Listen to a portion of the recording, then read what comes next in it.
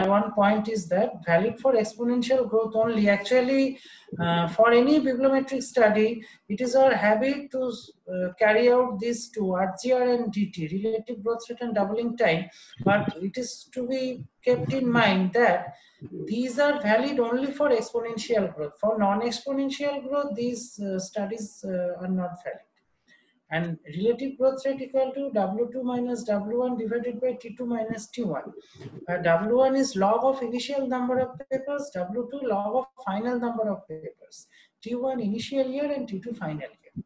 And if consecutive years are studied, then obviously it will be W2 minus W1 because T2 minus T1 will be just 1. And the doubling time refers to the time in years taken by a subject to double its publication output. The equation for the doubling time is 0.693 by RGR. Now we'll switch over to fundamental. We have so long discussed about different bibliometric indicators, and now we'll switch over to fundamental bibliometric laws. Now, the basis of all bibliometric laws is well described by price conjecture, Disola price conjecture, that is, few accounts for many. Actually, this is actually resource or economic conjecture also. In India, we know 90% of our country's resources held by only 10% of country's population. That is the thing. So few people hold maximum resource of the country, and very few resources are scattered over maximum number of population. And it is the feature of any country, not only for India, any country. So that is the thing. Samuel Bradford, 1878 to 1948, he was the Science Museum librarian, and he studies journals as sources. But journals produce how many articles in a subject and how are they distributed, or how are articles in a subject scattered across journals. And its purpose was to develop a method for identification of the most productive journals in a subject and deal with what he called documentary chaos. And Bradford's law was, simple statement we know, if scientific journals are arranged in order of decreasing productivity of articles on a given subject, they may be divided into a nucleus of periodicals more particularly devoted to the subject and several groups or zones containing the same number of articles as the nucleus. When the numbers of periodicals in the nucleus and succeeding zones will be as n is to n square is to n cube. It may be more, but usually we tell it 1 is to n is to n square. But this is the generalized approach. And here, how we show Bradford scattering, we know. Suppose 390 number of articles published by several journals. And say we divide the number of articles in 3 equal zones. The number of population of each zone is 130. So first 130 articles are published by only 3 journals. Second 130 articles are published by 9 journals. And third 130 articles published by 27 journals. So scattering. And these 3 journals are known as core journals. These are allied and these are alien journals. Actually, 130 articles scattered over this large number of journals. This is actually the pattern of Bradford's law. And 3 sources, 130 articles, that is core and nucleus zone. 9 sources, 130 articles, allied zone, and 27 sources, 130 articles, that is alien zone. And there are different forms of Bradford's law. Fx equal to a plus b log s, that is Brooks equation. It is actually for cited references. Also, RR equal to a log b by r, or RR equal to a log 1 plus b by r. This is Lime-Kuller's equation. This is for journal articles. And Bookstein's equations of price conjecture. Bookstein actually unified 3 fundamental bibliometric laws. And he introduced this equation, Fx equal to a into x to the power minus b, where a and b are constant. X is the independent variable and Fx is function of x, the dependent variable. Source item approach it is. And this equation unifies three fundamental laws. And one thing is important, Bookstein's equation, Narayan's law, both endorse price conjecture. We just, few slides back, we told about Narayan's power law. So Narayan's power law and Bookstein equation, both in accordance with price conjecture. And next, Sengupta's correction to Bradford's law. Ian Sengupta, he pointed out very interesting thing that Brooks represented Bradford's equation by this equation, fx equal to a plus b log x, where x number of articles published in fx journals.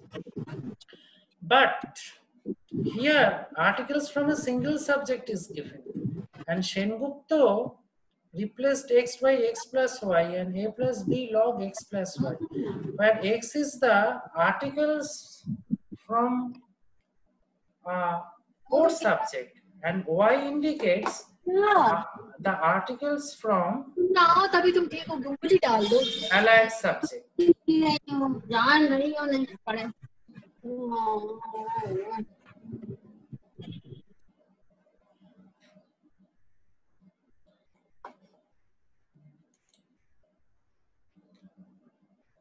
So here x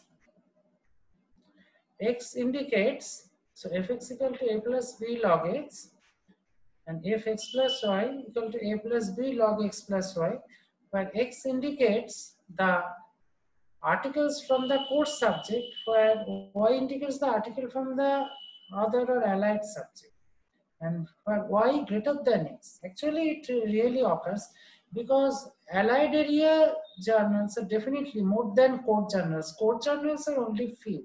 So this is the Sengupta's correction to Bradford's law. Next, Lotka's law. Lotka was actually mathematician and chemist. Actually, his core subject was physical chemistry. He studied relation between number of authors versus number of articles. And the law of Lotka and the law of Z both can be represented as Fn equal to C by n to the power alpha, where C and alpha are constant, C greater than 0 and alpha greater than equal to 1. And Lotka's law is equivalent to Zipf's law in linguistics also. And Zipf's law in econometrics, it is called Pareto's law. And this is Lotka's equation. This is the most generalized form of Lotka's equation. Y into x to the power minus equal to b, where a and b are parameters. And taking logarithm on both sides, we find out log y minus a log x equal to log b. And log-log plot of number of authors and number of contributed papers will yield a straight line with negative slope. Next, Zipf's law, it indicates rank, the product of rank and frequency equal to constant. The product of rank and frequency of words remain constant, includes both full words having semantic value and form words which don't have semantic values. And this is the basic bibliometric curves, y equal to 1 by x type of curve, and this type actually shows the rectangular hyperbola. Next, there are some other rather qualitative empirical laws. These are actually a bit quantitative empirical laws we have discussed, and there are some qualitative empirical laws, and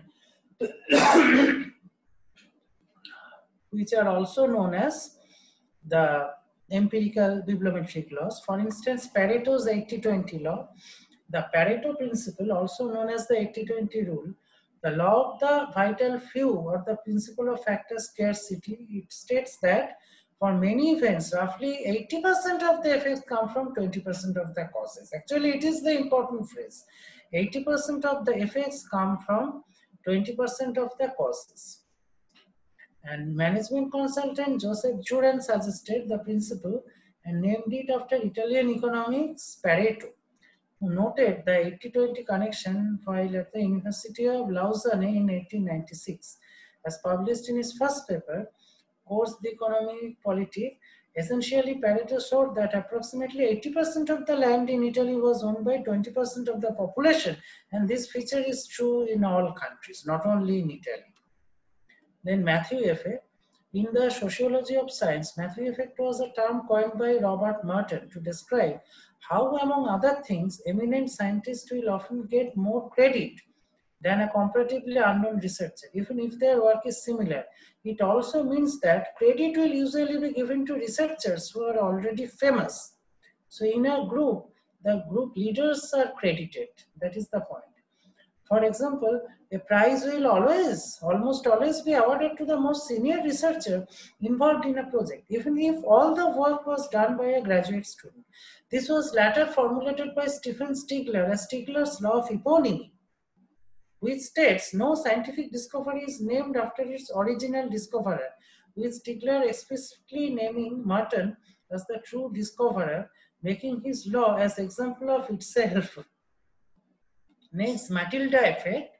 It is a bias against acknowledging the achievements of women scientists, whose work is often attributed to their male colleagues. This effect was first described by suffragist and abolitionist Matilda Jocelyn Geiger in 1826 to 98 in her essay Women as Inventor. The term Matilda effect was coined in 1993 by science historian Margaret W. Rossiter. Rossiter provides several examples of the effect. For instance, Trotta, a 12th century Italian woman physician, wrote books which, after her death, were attributed to male authors.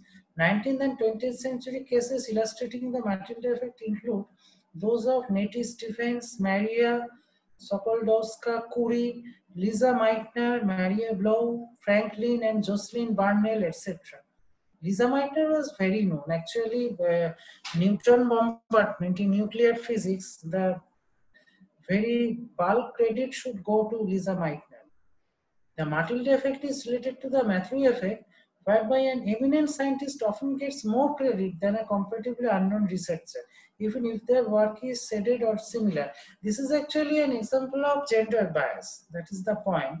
And this may be a very interesting study in feminism or women's studies. It is an example for gender bias. And these two are there are so many popular Indian examples. For instance, Sister Nivedita. Also, Bibha Chaudhary is very well-known name. He was very eminent Indian physicist during 1920s and 1930s, but hardly any people knows her name. Yes, we know the names of J.C. Bose, P.C. Roy, Satyendranath Bose, Meghnad Saha, but few of us know the name of Bibha Chaudhary. That is an Indian example of Matilda effect.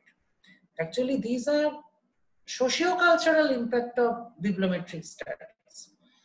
Next, preferential attachment model.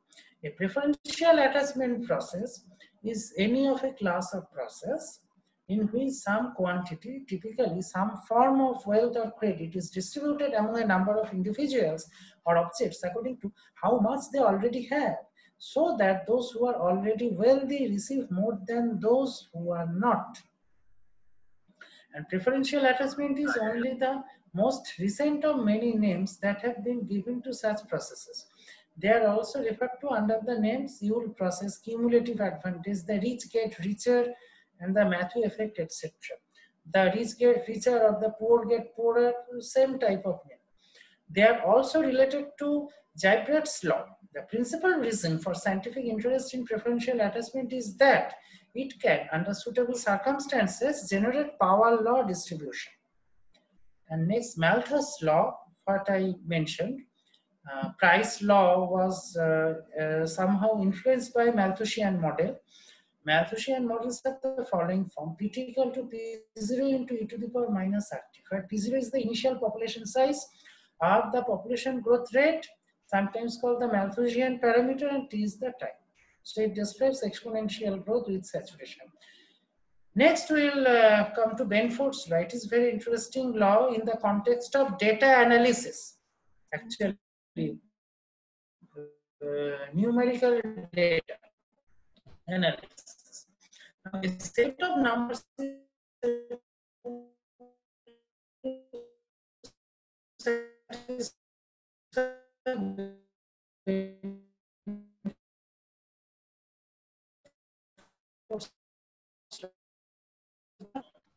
data, 1000 data. Then, if uniform probability distribution is there, 100 numerical figures should start by 1, 100 should start by 2, 100 should start by 3, etc. But in practice, that doesn't occur. 30% numerical digit starts with 1, 17% starts from 2, 12% starts from 3, and eventually only 4.6% starts by 9. That is the point. And it is also like rectangular hyperbolic curve. And this is the model. P d equal to log base 10 d plus 1 by d. This is Benford's law. And next, Garfield's law of concentration. Garfield formulated his bibliometric law during his research in developing the SCI, that is known as Garfield's law of concentration. In designing the scope of the well-accepted citation index and its cost effectiveness, Garfield was aware of the Bradford's law of scattering. And Bradford observed that in any given field of investigation, a relatively small group of journals represented the core of the field. However, Garfield discovered that the essential core of journals literature for all fields of scientific research is found in a basic group of 500 to 1,000 journals. And it doesn't matter how one considers the journals as a source of citing articles or as a collection of cited articles. And classical bibliometric indicators. So these are classical bibliometric indicators we have covered. Total citation count, cited, uncited ratio, impact factor, normalized impact factor, immediacy index, half-life. And also now all those classical indicators were citation based. Now we'll discuss some post-Tukey journal metrics, but not based on citation count. What are those? Number one, journal affinity, introduced by Anita Coleman in 2007. Now, what is it? It is based on attraction power of the journal, which is, what is attraction power of the journal?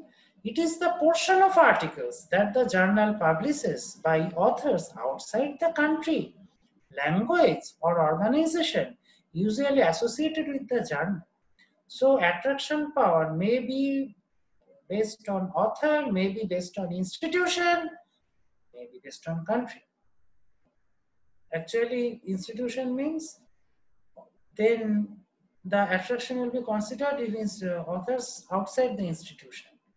Actually, based on country, that is the most effective.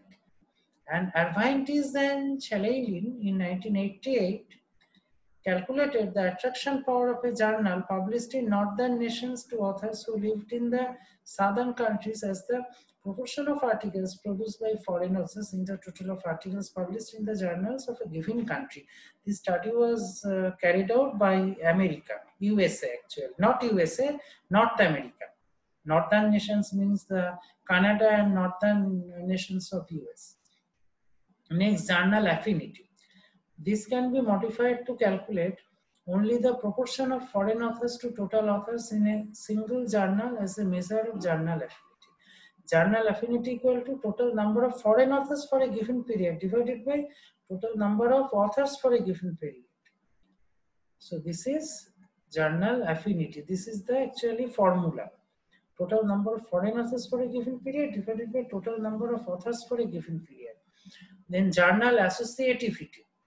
It is defined as the mean number of authors per document in a group of documents. It actually emphasizes collaboration issues. It is defined as total number of authors for a given period divided by total number of articles for a given period.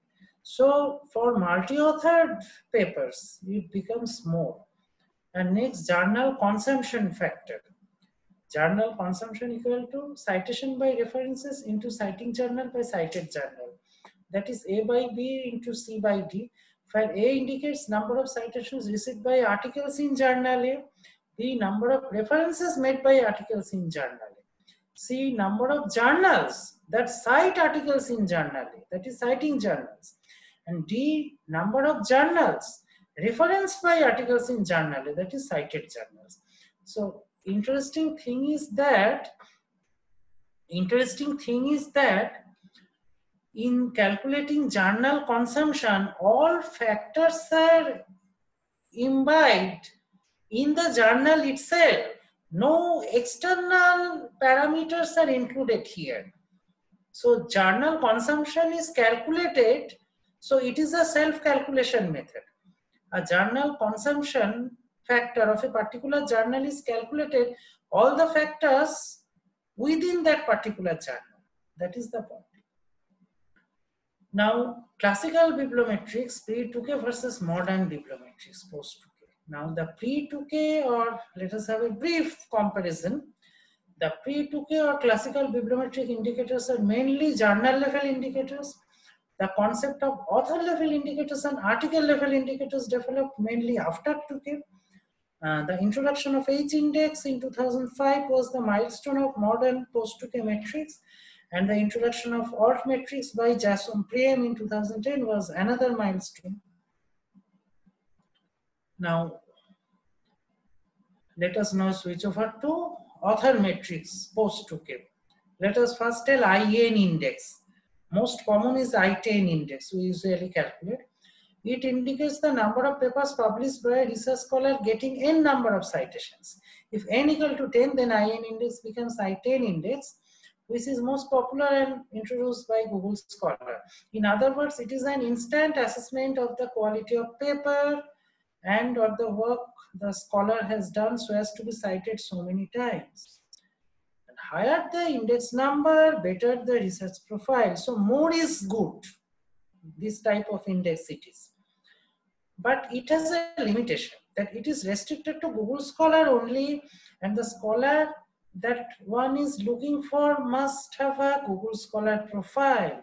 So for a very eminent scientist having no Google Scholar profile, we cannot calculate, we can't find I10 index.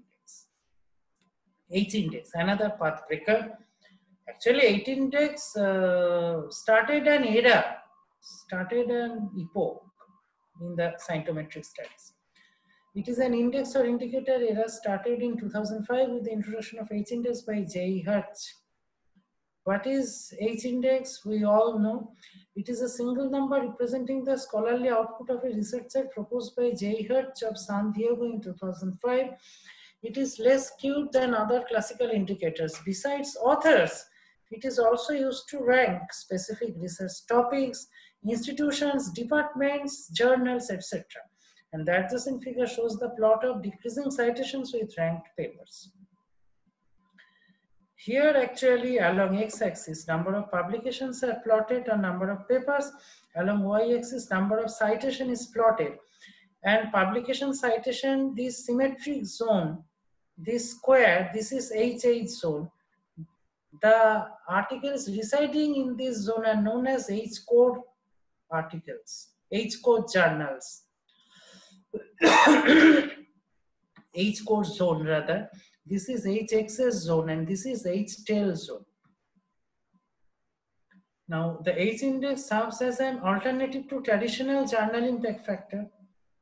These are actually advantages. It is easy to calculate. H-index has high predictive value for a scientist winning honor like National Academy membership or the Nobel Prize. The H-index grows as citations accumulate, and thus it depends on the academic age of a researcher. And Hirsch explained a scientist has the value of H-index H if H number of his or her NP papers have at least H number of citations each, and the other NP minus H papers have no more than H number of citations each. Now, how to calculate H-index? Suppose this is a citation pattern for a paper rank 1, first rank citation. First rank paper received 23 citations. Here total citation 23. Second rank paper cited by 16, third ranked, etc. And number of citations decreasing.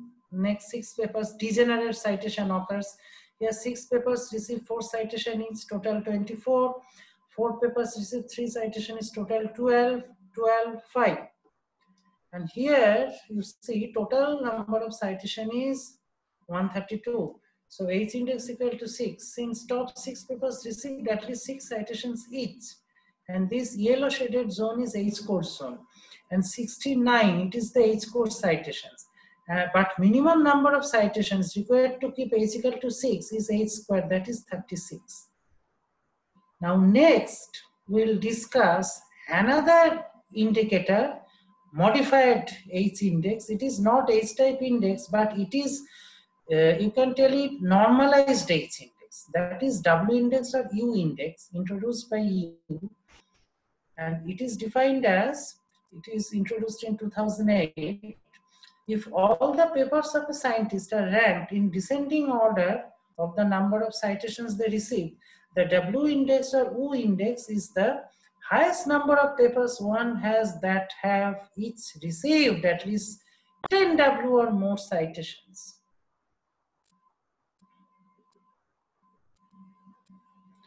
Hence, the papers on ranks W+1, W+2, etc.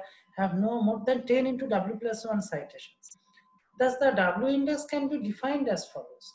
If W of a researcher's papers have at least 10 W citations each, not some, each. Some will occur only in case of G index, but in H and W index, it will be each.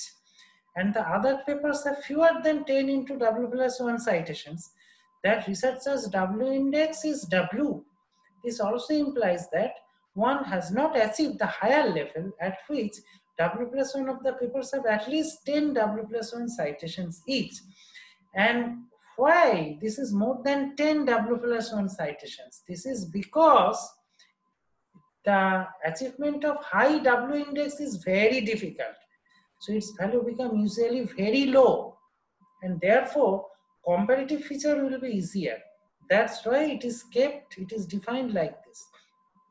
Here an example is given. For example, Stephen Hawking has a W index of 24, meaning 24 of his papers have been cited at least 240 times each. And at the same time, he doesn't have 25 papers cited at least 250 times each. With 41 papers cited at least 410 times each, 10 times, Edward Witten of the Princeton Institute of Advanced Study has a W index of 41, much higher than Stephen Hawking's 24. So that is the thing. And next will come excess citation, E index.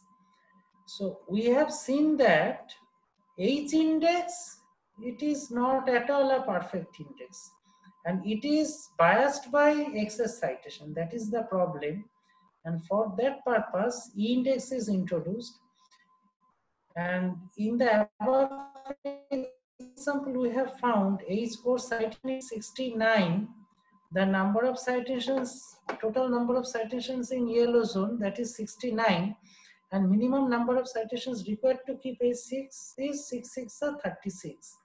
Hence here excess citation will be 69 minus 36 equal to 33. And it is the H score excess citations. But total citation 132 minus minimum required citation H square equal to 96. And it is overall excess citation or net excess citation, that is E square, equation 1. So there are two kinds of excess citation, H score excess citation and net excess citation or overall excess citation. And here E square equal to 96 and E index will be root 96, that is 9.8. So using the H index, the citation information that can be accurately obtained is H square. That is, at least H square citations have been received, and additional citations for papers in the H score are completely ignored. At this point, the E index is defined to complement the H index for the ignored excess citation. Hence, the excess citations received by all papers in the H score denotes by square.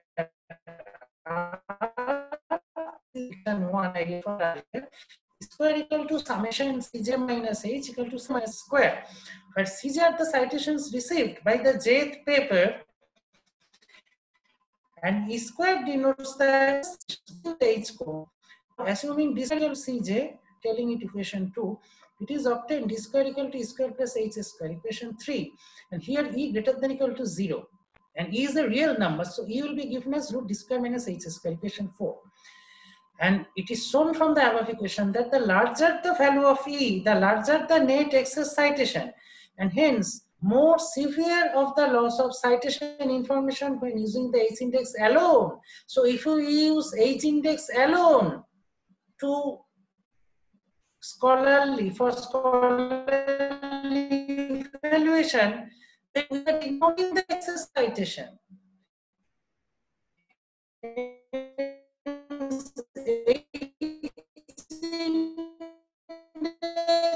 Should always be used to when the H index is used to get efficient, the smaller the is, the more reliable the H index. So for small H index low, but for larger E, it will be of the order of 0, which is highly unlikely in reality, never occurs. It is a hypothetical case. Otherwise, when E not equal to 0, the H index always loses citation information, which is complemented by the E index. Now, replacing the summation of equation 1 by integration, assuming the citation function is a continuous dependent function of time, equation 1 may also be written like that: E square equal to integration ct minus h dt, or E square equal to ct dt minus h square, just replacing summation by integration. Now, an arbitrary point in the AC plane represents the overall information of citations received by all papers in the H4. And it is interesting to point out that the Euclidean distance between the origin and the point PHE is equal to R equal to root H square plus E square equal to D, equation 7. Now, in our previous example, H was 6 and E was 9.8, so R will be 11.5. So the value of R index here is 11.5, and R square actually indicates total number of citations. Thus, R index indicates state of citations of all paper in H core. Now, rewriting equation 3, it is found D square equal to H square plus E square equal to H into H plus R square. Now, calling H plus E square by H equal to A, substituting equation 8a, it is found R square equal to AH. And in our previous example, R was 11.5 and H was 6, and hence A will be 22.04. Now, another index is defined in equation 9, that is A index, which is the ratio between total citation and H index. Now, the relationship between H and E as expressed in equation 3 and 4 instantly depicts a plane spanned by two axes, H and E, or HE plane. Now, an arbitrary point in HE plane represents the overall information of citations received by all papers in the H core. So, it is interesting to point out that the Euclidean distance between the origin and the point is represented by equation 7.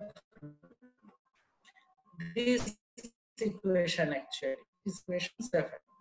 So factors that affecting H index and H type indices are E index, R index, and A index.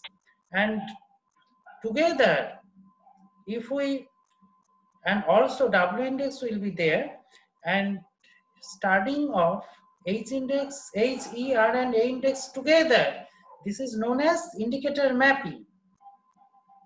So if we just discretely tell H index of that author is like that, suppose we are telling Mr. X has an H index 10, it portrays only partial picture. It doesn't tell the entire picture. For entire picture, I need all values, starting from H index, E, R, and A index. Now, citations threshold. It is the minimum number of citations received by the top 1% of papers in a subject domain published in the specific year. Recitation, the demerit or negative effect of citation. Earlier I mentioned, when a particular author or source is repeatedly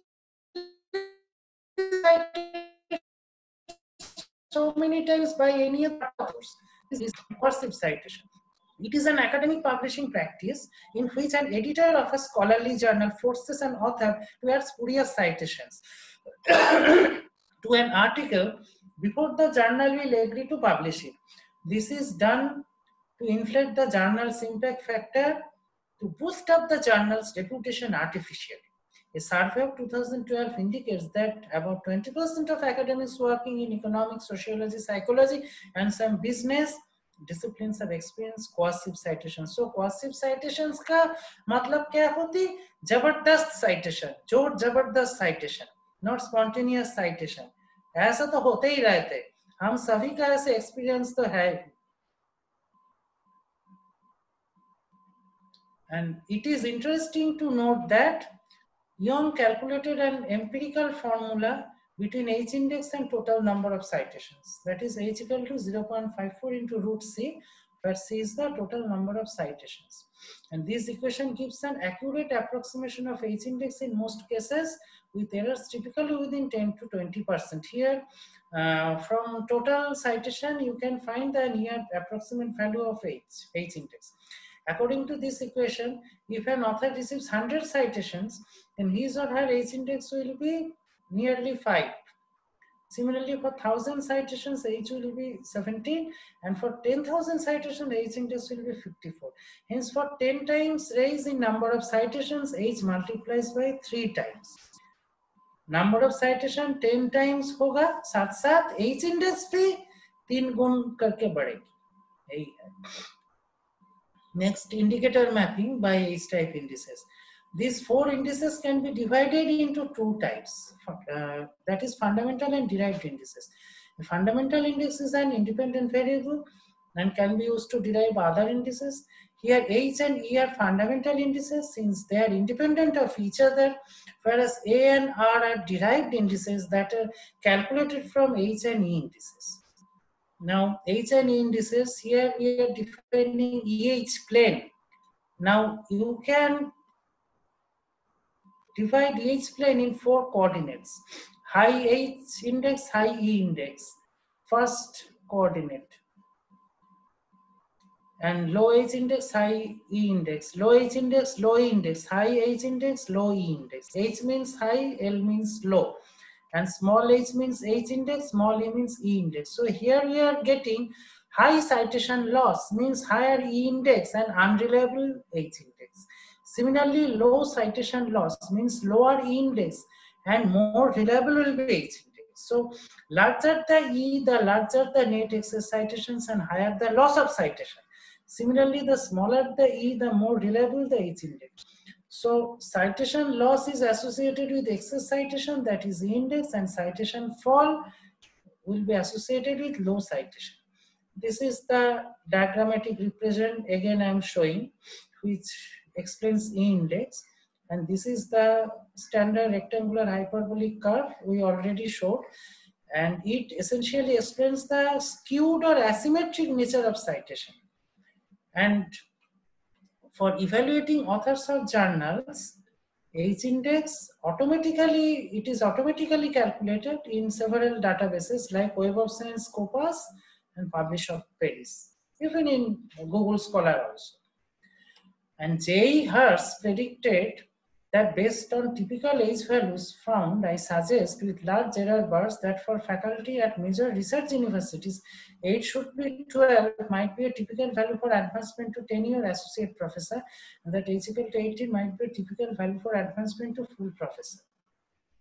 And it was actually Hart's prediction. Associate professor should hold at least H index 12 and professor should hold H index at least 18. And fellowship in the American Physical Society might occur typically for H equal to 15 to 20. Membership in the National Academy of Sciences of the US may typically be associated with age 45 and higher, except in exceptional circumstances. And as with other metrics, it's best to compare H index values within a discipline. That is, now what are the demerits of H index? Here, very interesting picture. Stephen Hawking has a H index 121 and Edward Witten has an H index 192. This is present years, 2020's figure. Now, as if Edward Witten tells Stephen Hawking, my H index is bigger than yours. But Stephen Hawking tells, but more people know who I am. This is actually just in mocking sense it is given here. So actually, Stephen Hawking became popular here. He was a very famous popular scientist, however. Now, the issue is that why H index is debated. Number one, variation in types of publications. Number two, author name disambiguation. Publisher Paris pressure. Disciplinary difference due to difference in citation threshold for different research domains. Manipulable through self-citations, recitation, coercive citations, et al. Direct factors we already mentioned, Jabardast citation, Mojburi citation, we know Mojburi ka naam Mahatma Gandhi. That's why. Based on only Google Scholar output, ignores documents not indexed by Google Scholar, varies over database. If you calculate H index by Scopus, Web of Science, Indian Citation Index, Google Scholar, even Dimension, every time you will find different values. That is one serious problem. The H index is an integer that minimizes its discriminatory power. Ruan and Toy proposed a rational H index that interpolates between H and H plus 1. And as already observed, H index ignores excess citation, causing loss of citation information. And to overcome this limitation of H index, AG also proposed another index in 2006, just next year of the inception of H index, that is G index, that is considered as an alternative for the H index. And the G index does not average the number of citations. It allows citations from higher cited papers to be used to reinforce lower cited papers in meeting the threshold. And it is observed that G index is always larger than H index. And the G index is calculated based on the distribution of citations received by a given researcher's publication, such that given a set of articles ranked in decreasing order of the number of citations that they receive, the G index is the unique largest number, such that the top G articles receive together at least G square citations. This is the formula, G square less than equal to summation Ci, where Ci indicates the total number of citations received by top cited I articles, and G index does not average the number of citations. Here lies the difference between G and H. And it allows citations from higher cited papers to be used to reinforce lower cited papers in meeting this threshold. So reinforcement is the point. And this is the comparison of G index and H index. G index is always larger than H index. This is G by H ratio. Obviously, the ratio varies from 2 to 1. And citation centrifugal nature, the citation pattern follows preferential attachment model. That is, Matthew effect is very prominent here. Question of recitation, influence citation, network citation. Without entering any network or group, how a paper may acquire an initial visibility to attain an initial acceleration of citation? Very pertinent question. And people often cite from citation. That is, citation brings citation. Those are issues. However, now here how G index can be calculated. It is the unique largest number such that the top G articles together received at least G square citation. For instance, here the previous picture, first paper received 23 citations, 23 greater than 1 square.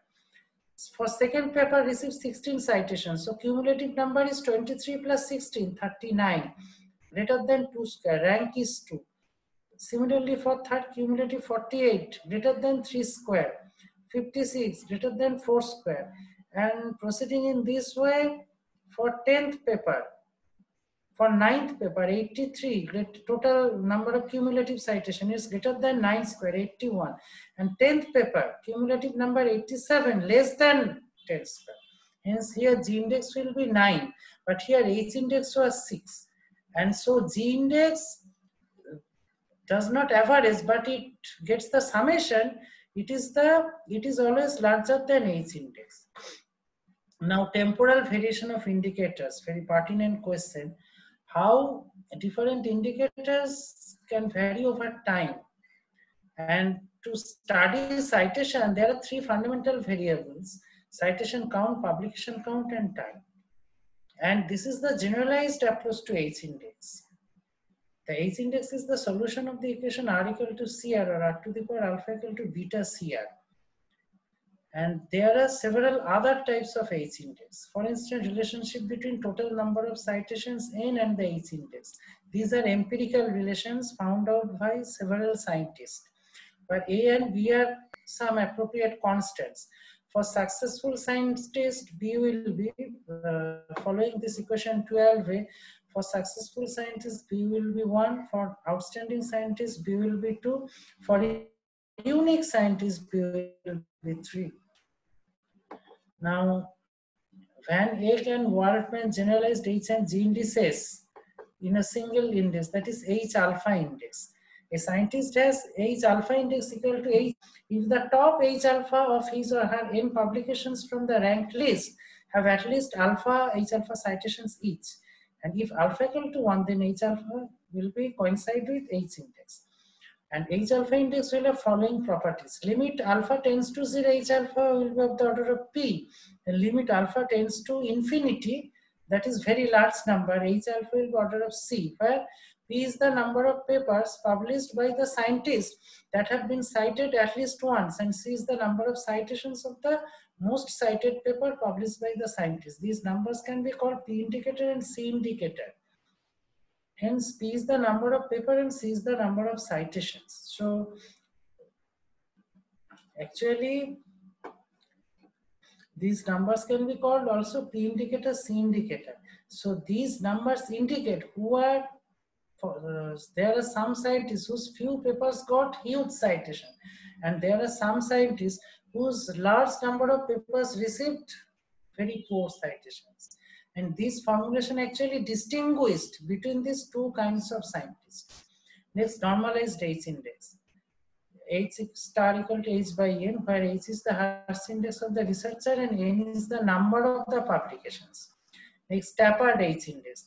It is an extension of the H index introduced in order to account for the citations of all papers of a researcher, and not only for the H papers that are cited at least H times. And this definition of tapered index is this: Ht equal to summation Htj, j equal to 1 to n. And Htj is the score for the jth paper in the ranked list of cited papers. And let the researcher has n publications ranked by the number of citations. The number Htj is determined as follows. These are the values, and the tapered H index is larger than the H index. Next, M index, introduced by Bondman in 2008. It is the median number of citations received by the papers in Hertz score, and it focuses on the impact of publications with the highest citation counts. Next, time dependent H index. A scientist has a time dependent H index HT if the top H of his or her N papers from the list have at least 8 citations each for some time interval. That is, if we restrict H index by time span, then it will be time dependent H index. This equation, CR equal to CR by AR from equation 10, where AR is the age of the rth paper from the ranked list. Then M2 index, introduced by Sipsa in 2009. It will be equal to HI by 10 to the power alpha, NI to the power beta. Now HI equal to 10 to the power alpha, N to the power beta. I'm taking logarithm of both sides. Log 10 is equal to alpha plus beta log 10n. From the HN line, alpha and beta are found out by regression analysis to find out values of M2. While H is the H index of the scientist, N is the number of papers published by the scientist, alpha intercept of the line describing the dependence of the H index on the number of publications in the log 10 scale, and beta indicates slope of the line describing the dependence of the H index on the number of publications in the log 10 scale. And the M2 index is constructed for comparison of the quality of research of institutions of different sizes. It can be applied also to a group of researchers with different productivities, and it can be used for evaluation of performance of a research institute in a large enough group of institutions from the same research area. And Ege developed further an idea of Glansell and Schubert about characteristic scores and scales. The idea of Ege is to base the characteristic scores and scales on the H index instead of on the average number of citations. Next, perfectionism index, introduced by Ledesdorf in 2014.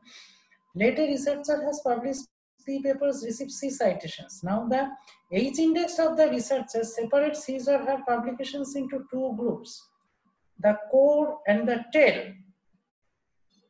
Let the number of citations of the publications from the core be CH and the number of citations of publications from the tail be CT. Then PIX will be C equal to CH minus H square, and CTC will be HP minus H minus CT. And C indicates the eventual large number of citations in the core area. And CTC penalizes researchers who wrote many papers that are not much cited.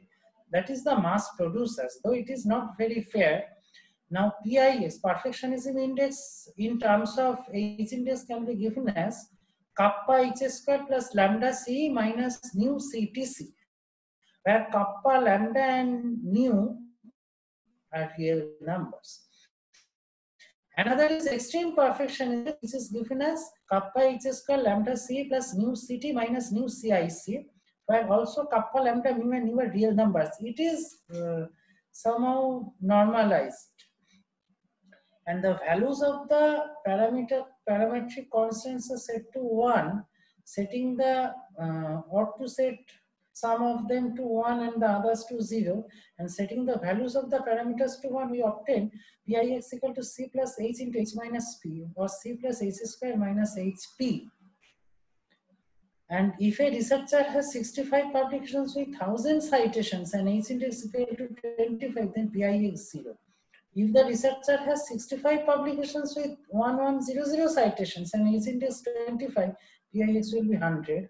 And if a researcher has 900 citations for same p and h, then pix will be minus 100.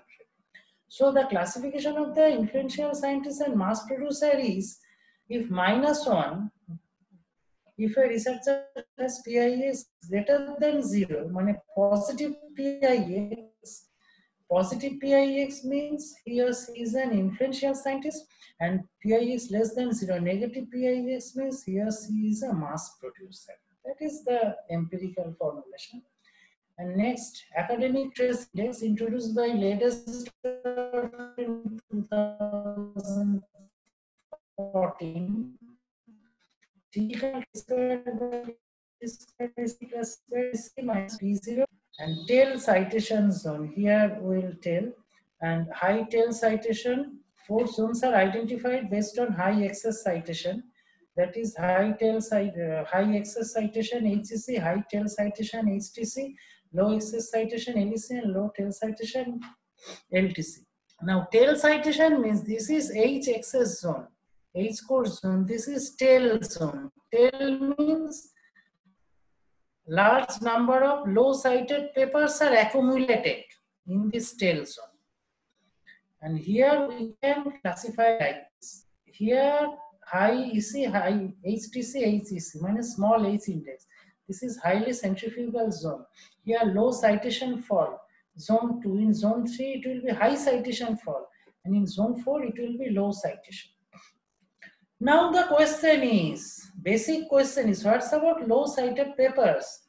Can we say low cited papers means junk papers, bad papers? No.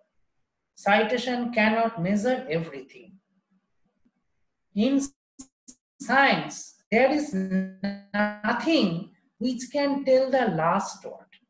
And one thing, high citation, what is the image that's stimulated? That is, what is the influence? That is the point. Here I am quoting a famous saying by the scientist Galileo Galilei. The nature of the human mind is such that unless it is stimulated by images of things acting upon it from without, all human brain solving is away. Actually, influence citation, coercive citation, network citation we have seen. Therefore, we cannot assertively predict low citation, low cited paper means junk paper. That is wrong. And Richard Feynman, it is the time to study low cited papers. That is still unexplored area, uncultivated area in psychometrics. How to analyze low cited papers? We can't throw away all low cited papers. And Richard Feynman said very interesting thing. Though Richard Feynman, he predicted it in the context of the study of nanoscience and nanotechnology, that there's plenty of rooms at the bottom. So low citation domain analytic approach, Holland pointed out in 1994. So domain-wise aggregation of low cited items made another big portrait. And to look at the object citation profile, object link profile, these are very important today. For low citation profile,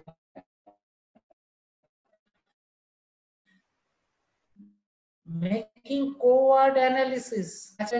Suppose two papers, A and B, written on same topic. A is cited 50 times, B is cited 5 times. Why? What is the reason? So you have to identify in any subject domain what is the high cited paper, and we have to identify other papers, other low cited paper in same subject domain. Then we have to point out the difference between them. So we have to carry out domain analytic approach of scientometrics, domain analytic approach of subject specific or category specific scientometrics that is still completely unexplored area or undone area. And there is a famous quote of Albert Einstein. Albert Einstein said, as far, he said it in the context of mathematics, as far as the laws of mathematics refer to reality, they are not certain. And as far as they are certain, they do not refer to reality. Hence, how to judge, how to quantify quality. And uncited paper. Uncited paper means zero quality paper. How to judge uncited, to formulate the ways of evaluating uncited papers or low cited papers. That is the point. So according to Einstein, reality is uncertain, that is changing continuously. So judging quality only by counting of impacts may yield uncertain or unpredictable results that may not match reality.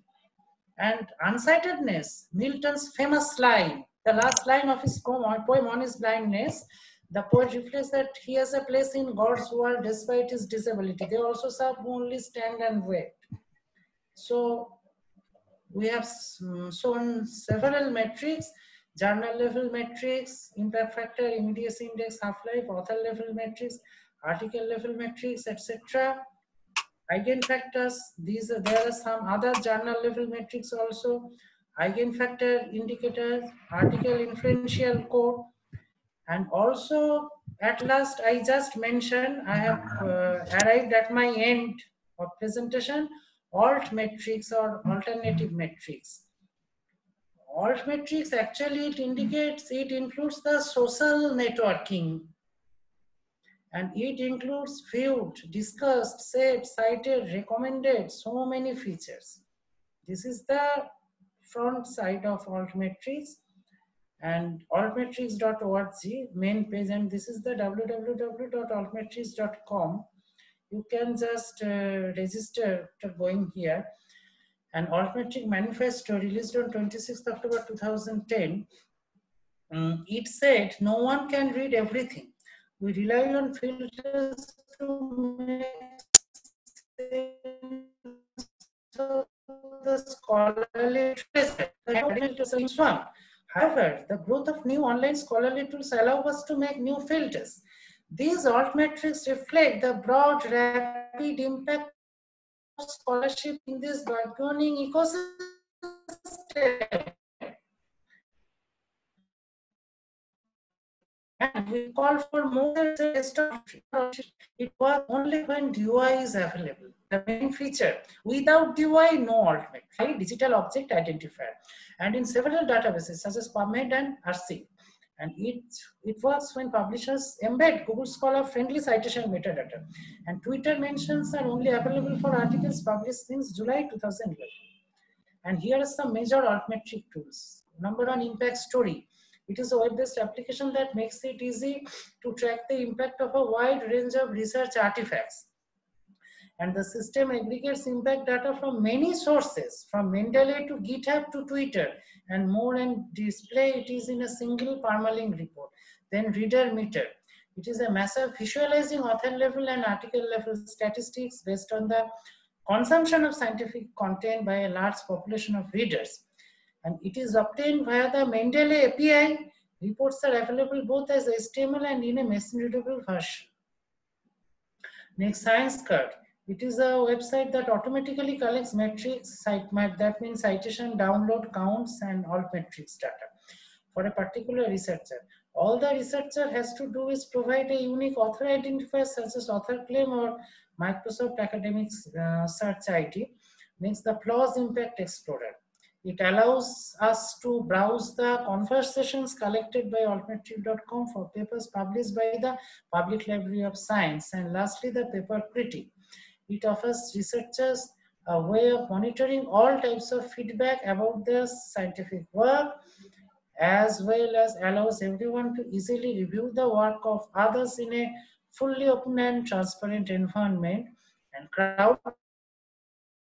Crowdometer is a web service that displays tweets linking to scientific articles and allows users to add semantic information.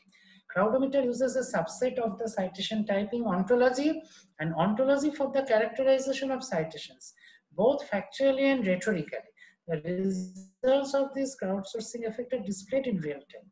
And altmetrics, the links below will allow to connect with both altmetric users and individual interested in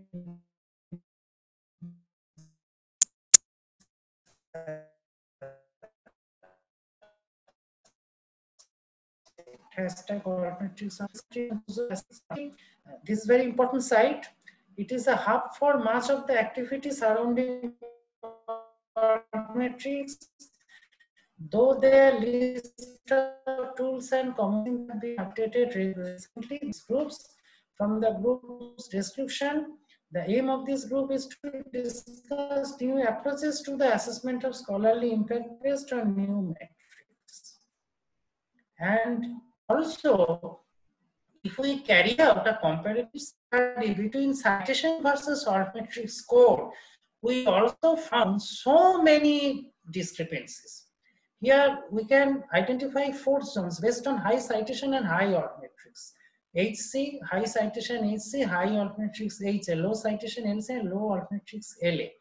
And it is high citation means citation indicates impact and altmetrics indicate visibility.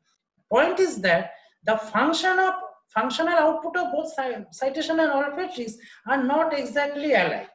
So this is actually, if we divide like this, the citation, high impact plus high visibility, and only less than 1% article falls in this area. This is high impact, 2 to 3% articles falls in this area. Low plus high visibility.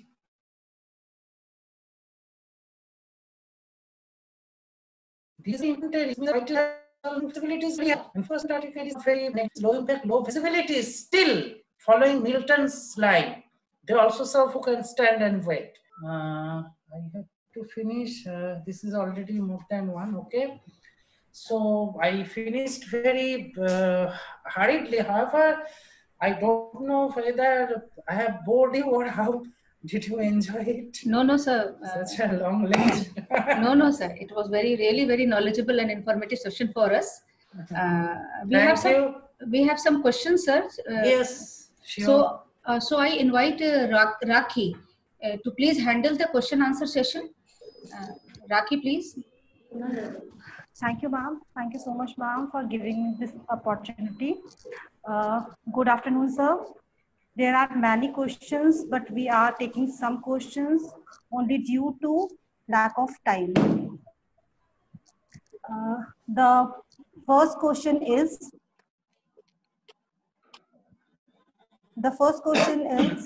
how to calculate web impact factor, asking by Ekta Gupta. Web impact factor. How to calculate web impact factor? Okay, web impact factor, okay. Web impact factor, it is similar, I already showed, it is followed by through link analysis. Actually, in calculating journal impact factor, in the numerator, we place the number of citations, and in the denominator, we keep the number of articles. But in case of web impact factor, in place of number of citations, we have to put the number of links. And you can calculate in different way. You can put only number of in-link or number of in-link, out-link. If you want to include self-citation, you can also add number of self-link and divided by number of web publications. That is web papers. Thank you, sir. That is the point. The next question is, how to proceed bibliometric analysis for a specific subject or topic with example. Madam, please repeat. How to proceed bibliometric analysis for a specific subject or topic with example. Achha, for a specific subject or topic. Yes. Yes. One point is for doing bibliometric analysis, we have to take help of any citation database. That is, there are most popular citation databases are Web of Science, we know that is the oldest one. Scopus is there, but Scopus is available, not available for all. And I am sharing the screen. I am just writing.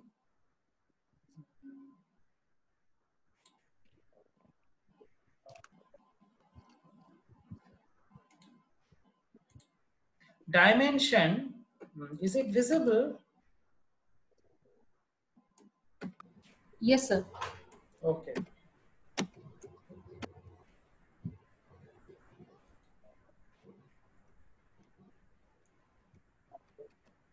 Dimension database.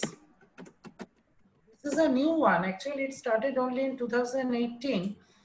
And here you can find altmetric data also. So this database, it is also very interesting as citation database. That is the point. And another is Scopus, Web of Science, Dimension is there.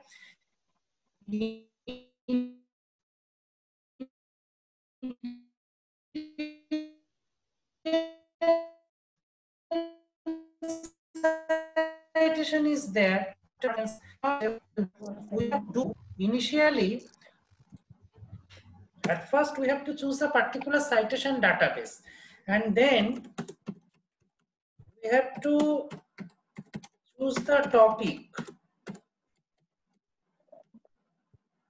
by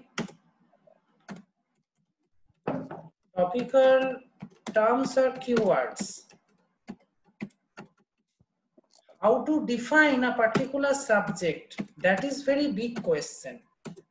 How to define a particular subject?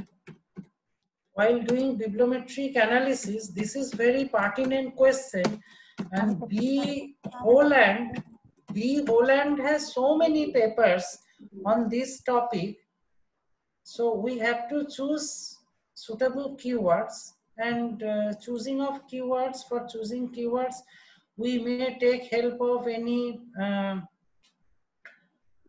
thesaurus or any, today so many online thesauri are there, and hence we have to take help of any like this, any thesaurus, and then we have to select the terms actually. And during choosing keywords also, we have to keep it in mind whether they are exactly semantic keywords, actually whether they are compound type of words or stemming words, not only searching. Actually, keyword analysis, that is another very pertinent area in bibliometrics. How to choose keyword. During choosing keyword, for increasing both recall and precision value simultaneously, how to stemming of the keywords, how to search by compound keywords. These are very important features. And if keyword selection or keyword choice can be very sharply defined, then the subject will be defined. And then we have to download, we have to collect the set of articles over a stipulated time span on the subject from Web of Science. And then we have to start the bibliometric analysis. We can start by author analysis, subject analysis, citation-based analysis. Actually, Web of Science is better than Scopus because all citation tools are there. Coverage of Web of Science is less than scopus and also less than dimension. But regarding the completeness of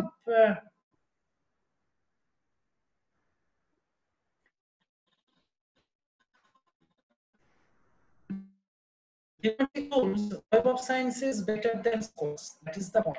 So this is the next question, which is asked by Kumar Anupam. Yes. How to fit data to growth models? How to fit data to growth models? Okay, thank you. How to fit data to growth models? Okay. One thing is the method of least square is there.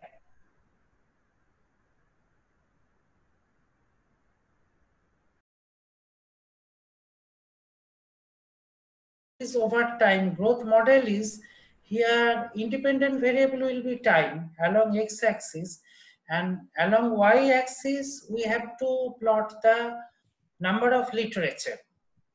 And at first we have to analyze. Today there are so many online graphs. Curve expert is there, find graph is there, and applying those graphical method, applying least square method, actually we can fit the data. In Excel also we can find, but in Excel accurate figures are not come, and accurate curves are not come. Curve expert is rather, it is very good graph, curve expert or find graph. And by applying those kind of graphs, we can find that, we can analyze the growth model. That is the point actually.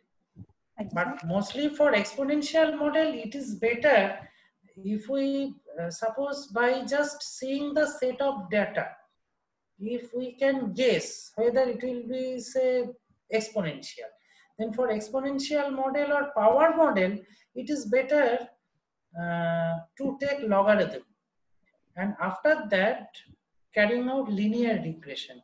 Because for exponential and power graphs, it is log linear model, and taking logarithm both sides, the nonlinear graph will be converted to, the nonlinear equation will be converted to linear equation. And then we can apply simple linear regression method. That is the point. I'm taking the next question. Yes. Asked by Pooja Charasya. Does the number of citation reflect the quality or originality of the work? This is the toughest question. Whether number of citations represent quality. Actually, at last my presentation I mentioned Einstein's quote, also Milton's quote. Actually, empirically speaking, yes, number of citations reflect quality, but to what extent? That is the big question. That is perhaps the billion-dollar question, and that's why analysis of low-cited papers, quality analysis of low-cited papers, that is the big challenge to the scientometrician. And that is the big questions. That is the big threat. Today, many scientists are telling, even Lloyd once told in one paper, suppose a few months back I saw, Lloyd latest stuff, it was suppose in any blog, Lloyd mentioned that yes, citation industry, today citation become an industry by the big corporate bodies like big publishers. And for getting citations, one has to be in the good book of the citation corporate. So citation industry, citation corporate, these things are there. Hence, yes, large number of citations definitely reflect quality, no doubt. But that doesn't mean, conversely, a poor cited papers is just nothing. You can just reject it. That is not. So we have to, and judgment of quality, how to judge the quality. we have to judge the quality not only on the basis of number of citations. That is the point. Actually, quality cannot be exclusively judged only on the basis of a quantity. Quality is something other thing. That is the point. And even in India, today even it is found, even from very older days, we know in the beginning of 19th century, many scholars, they said that Leo Tolstoy's War and Peace didn't get Nobel Prize. Our Professor Satyendranath Bosu, he didn't get Nobel Prize. But around 11 scientists, 10 or 11 scientists, they got Nobel Prize by that work. Therefore, how to judge quality? That is very difficult question. Even in India, Mahatma Gandhi didn't get Nobel Peace Prize. Therefore, what to say? That is the big question. Actually, how to judge quality? Yes, citation is one of the parameters to judge the quality, but it is not all. It is not the last word. That is to say. Thank you. The last question is, kindly provide some examples for conducting short-term projects using open access journals or databases, asked by Karthik Balu. Please repeat, ma'am, once. Short-term projects. Kindly provide some examples for conducting short-term projects using open access journals or databases. By open access journal,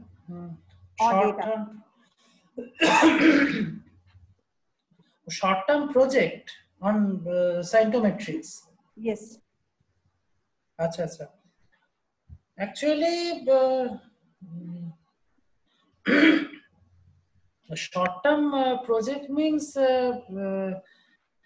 what do we means? Any online project or etc. Once again, I repeat question. Kindly provide some examples for conducting short-term projects using open access journals. No, that I can understand. Okay, okay. Actually, open access journals and database, there is Web of Science is there, Dimension is very common database. And by collecting data, the short-term project, even to carry out short-term project, we have to first set the goal, which analysis we want to carry out. And nowadays, one point is important. Cytometric analysis is not only the counting, not only the calculating the game of number of citations or indicators, but something more. That is the point. For instance, one thing I said that object analysis, citation object, that is very important point. And no work is done by its till date. We only analyze the citation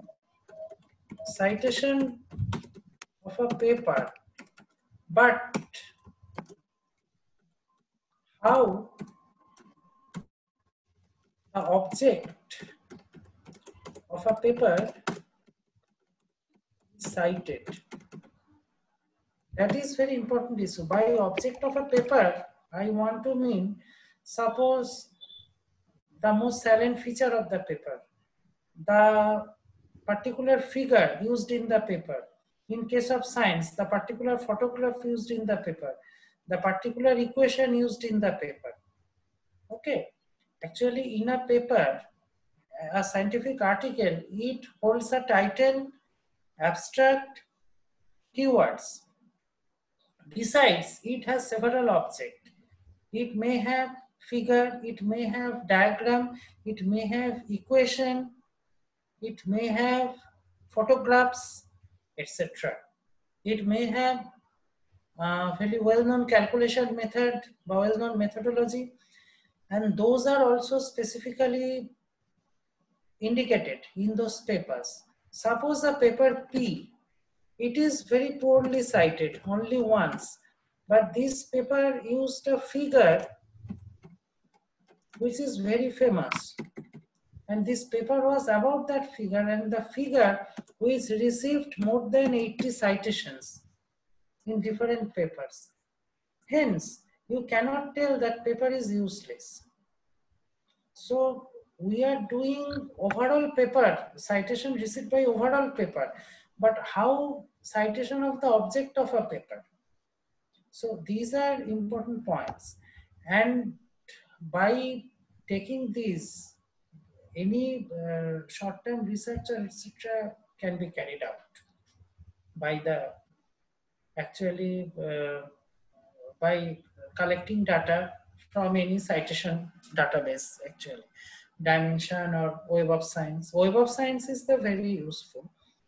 Actually, subject specific, if we want to carry out subject specific scientometric analysis, then Web of Science is very good because they provide so many citation tools and it is far better.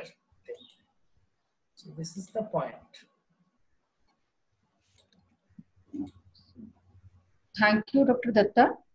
Yes. You have covered so many aspects of metric studies like relationship between bibliometrics, cyanometrics, biometrics, and relationship between these metrics, a growth model, citation database, classical bibliometric indicators, citation counts, and various effects like Matlida effect, Mendelian effect. And you have also thrown light and developed our insight towards the number of indexes like H index, G index, I index, and so on. And you have also given detailed answer to the participant questions. So really, sir, you have handled the session very efficiently, and thank you. Just a minute, I have just one request to you. If anybody want to ask me more question, you please share my email ID with the participants. Okay, sir. There are so many questions now participants are asking. Okay. So I will mail it to you after the session. So you thank can you, mail sir. me one by one, I can answer, and my WhatsApp number also with you. And it is my pleasure. I'll be glad to if the participants they ask me more questions, and I always welcome more and more questions from the participant. So you can please, ma'am, you can share my email ID and WhatsApp number with the participants. No so problem. still they are asking a question and giving you a lot of thanks. So thank you very much, sir, for your informative and knowledgeable session. Thank you very much, sir. And now I invite Garima Bisaria to continue with the session, and she is going to make you familiar with the bibliometric open source software which are used for bibliometric analysis. Now she is one of the faculty member in our Department of Library Information Science, Lucknow University. So I invite Garima Bisaria. So please, Garima. Yes, thank you. Okay.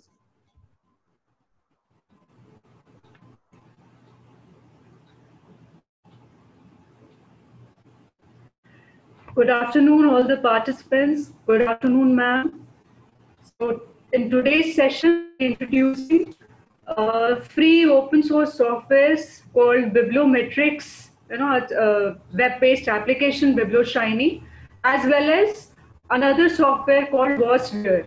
So nowadays, the sir had given excellent presentation related to this bibliometrics, and I'll be telling you that how you can use these open access softwares for for building different graphs, for doing statistical, for building statistical graphs and so on. So I'll be introducing first bibliometrics package called BiblioShiny, afterwards WasWare.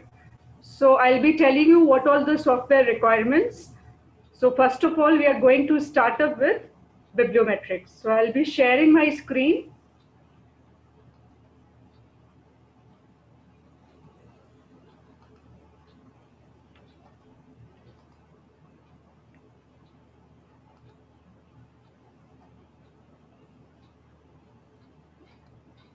So participants, you people can download this software by simply typing bibliometrics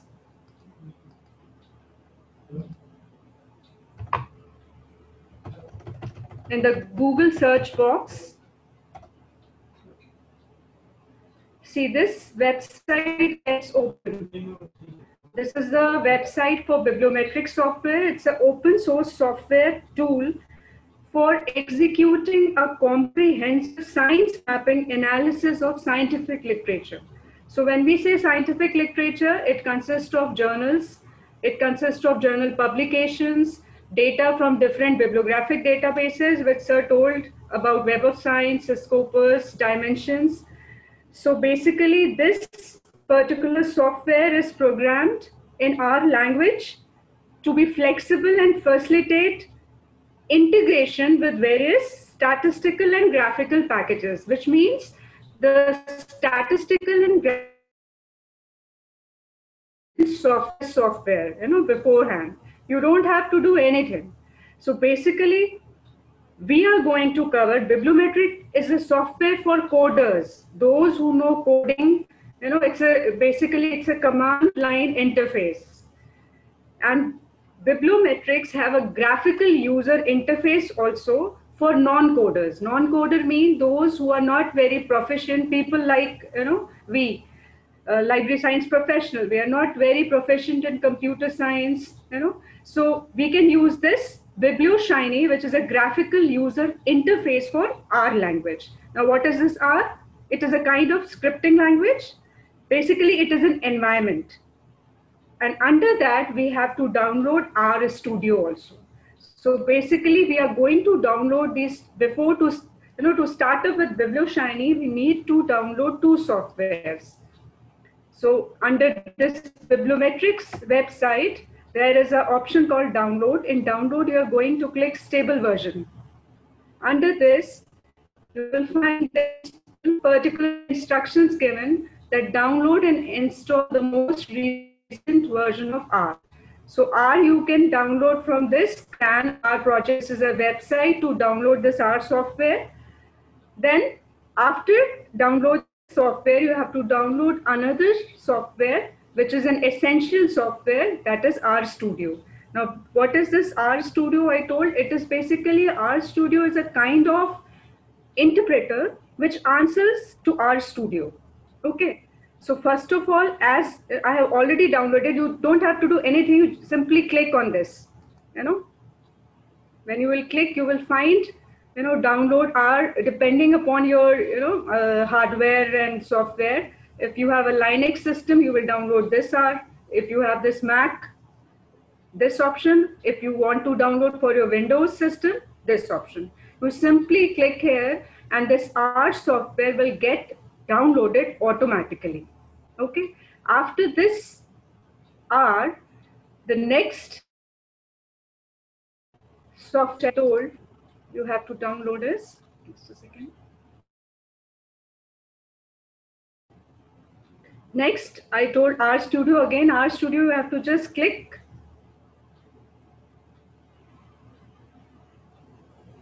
And the window gets open.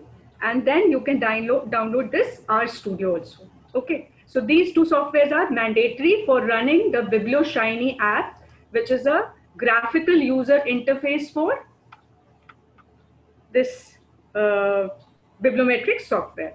So as I have downloaded both of the softwares, I'm going to start. I'll simply type R Studio. I already have this R Studio.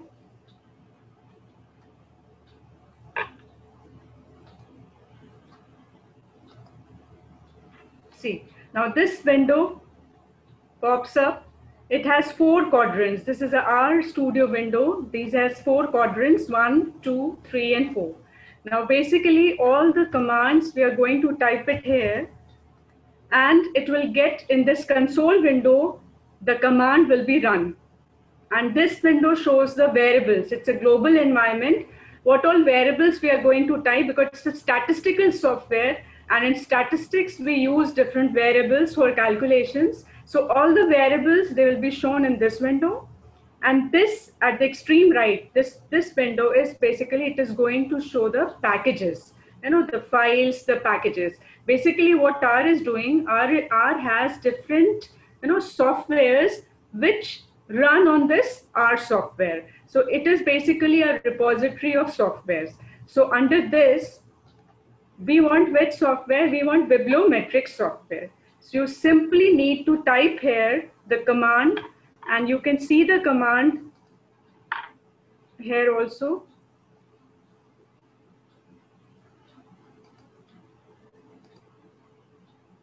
See, it's written open RStudio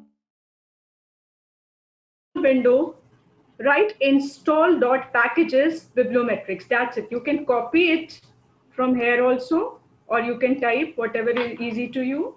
Then go to the RStudio and paste it here. And click.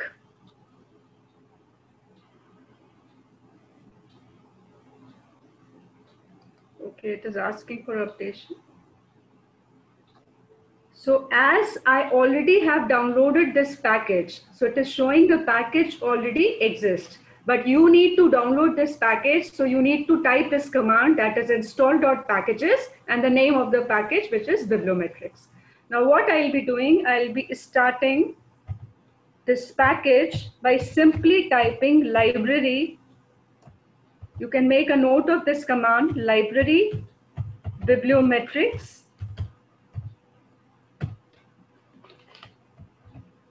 And within quotes, you have to give this command.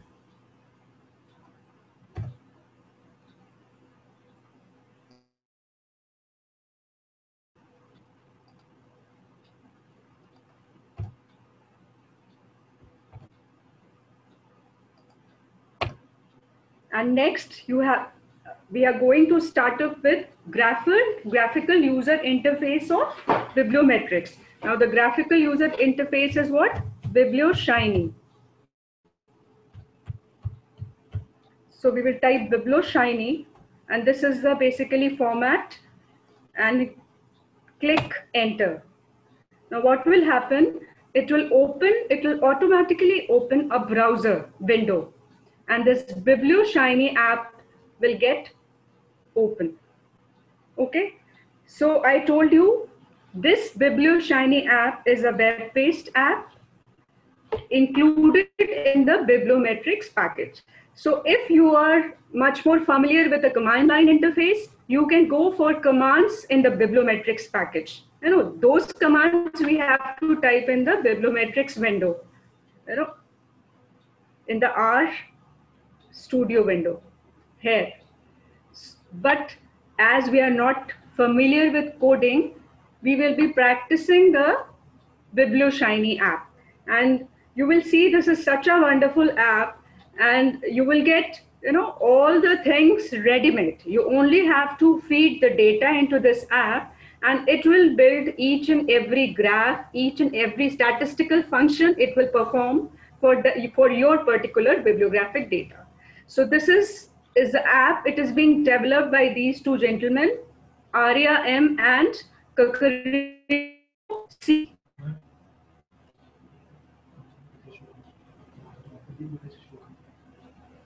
The commands you have to give is, there's a request to repeat the commands.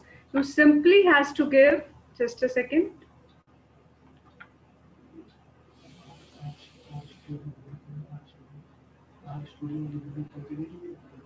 See, in the RStudio, you simply has to give install.packages and the name of the package, that is Bibliometrics. I am typing it again for you people, install dot packages, and within brackets, within quotes, you simply write down Bibliometrics. Press enter. Because I already have this package, it will give me that it already exists.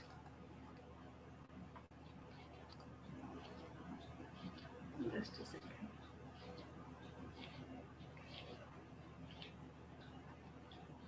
It is again downloading it, but I already have this. The next command you people have to download is, type is library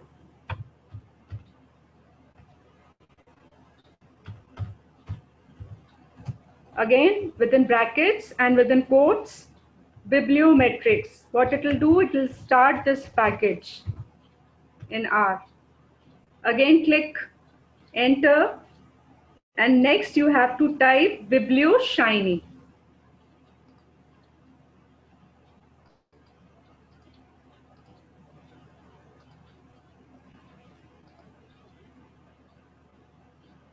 Biblioshiny and these two brackets. So it will automatically start open this browser window and the Biblioshiny app will get open. Okay. So I was telling you that these are the, these people has developed this software, and they have also written a very comprehensive article on Journal of Informatics about this app. You people must go through this journal article. There you will get a very comprehensive and exhaustive view of this app. So this is the article. Then they have shown the workflow, that is how basically this app is working. First of all, it is loading the data, then converting that data, then on that particular data they are working descriptive analysis, bibliometric analysis. Then another analysis is they are taking document and attributes of document. Attributes means that it could be document and keyword, it could be document and author attribute, it could be document institution attribute, and they're creating matrix. And on that particular data, they are applying different statistical techniques. You people must have heard of PCA, that is principal component analysis, MDS, MCA. These are basically statistical techniques which are applied on this data, bibliographic data, which is also called a data reduction technique. And then finally, this data is used for mapping, that is for making different maps. Now, maps are different kind of maps. I'll be showing you, that is factorial map, dendrogram, semantic map, which will be made on this by this statistical method. Then it is also creating a network matrix. Now, network matrix, you people must have studied in bibliometric analysis about bibliographic coupling, co-citation, collaboration, co-occurrence. So that data also, it is analyzing and creating network maps, after normalization. Okay, so we will be starting with this app. So basically, if you people don't have access to Web of Science or Scopus, these people have also provided a ready-made sample data, which you people can download and practice all the options which have been provided by this particular app. Okay, so I will be showing you this only. Afterwards, I'll show you how to download data from Web of Science. Right now, you simply have to click this link. Now, when you will click this link, automatically the sample data file will be saved in your system in the download folder. I already have saved that particular folder, so I'll be using that. What you people have to do, you people have to simply download this, click this link.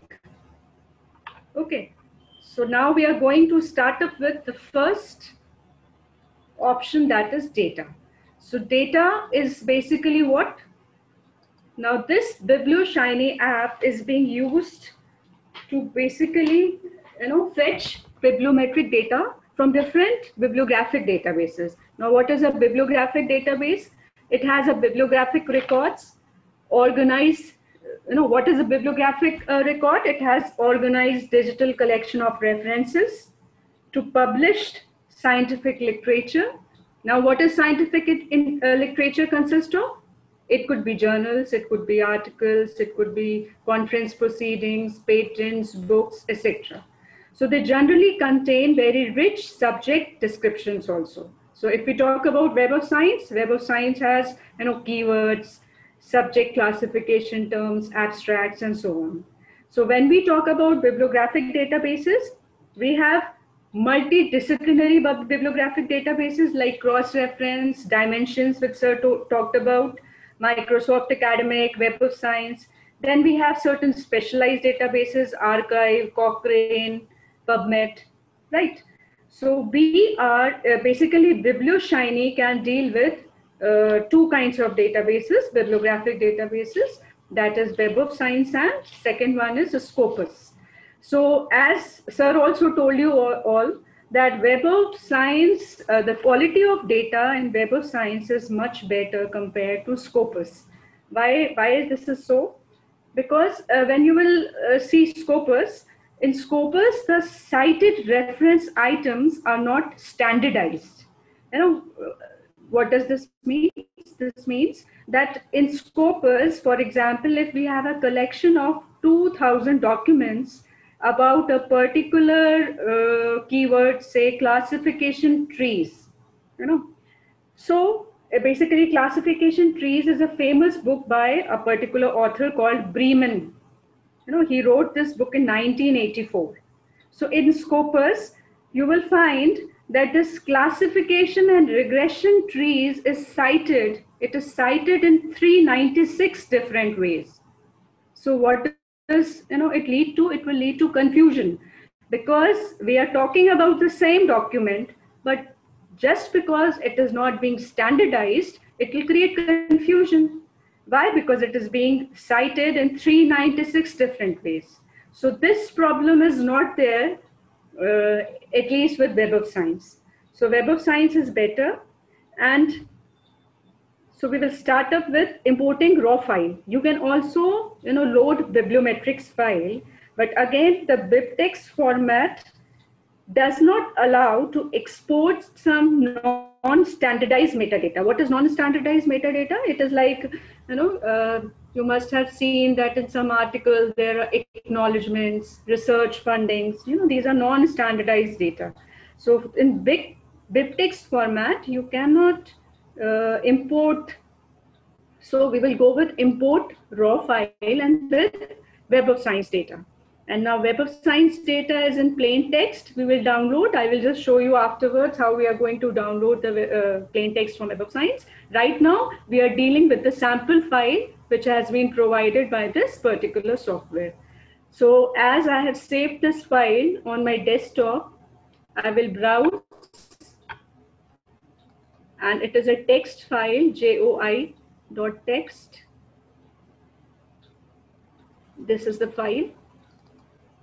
So what it will do, it will automatically upload this file. So once the file is being uploaded, what we need to do, we simply click start. Now it will start fetching the data.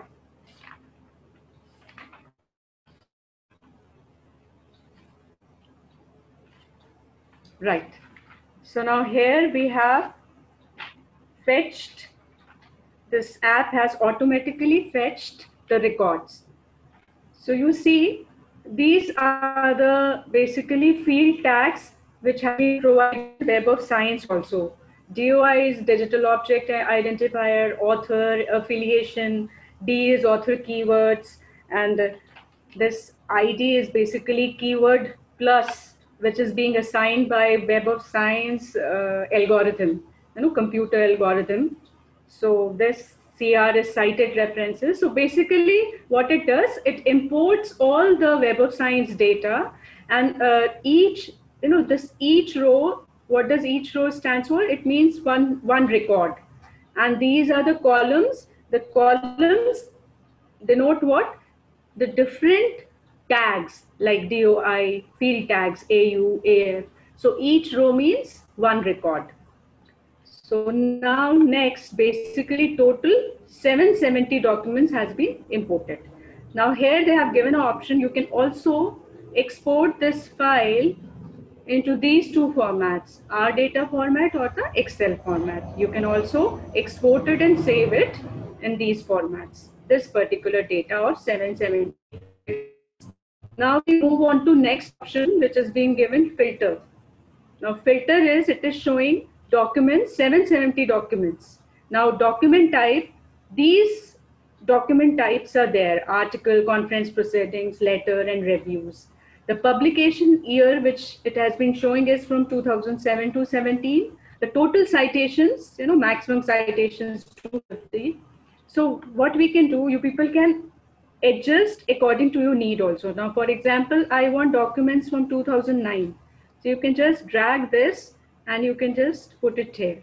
So now it will retrieve data from 2009 to 2017.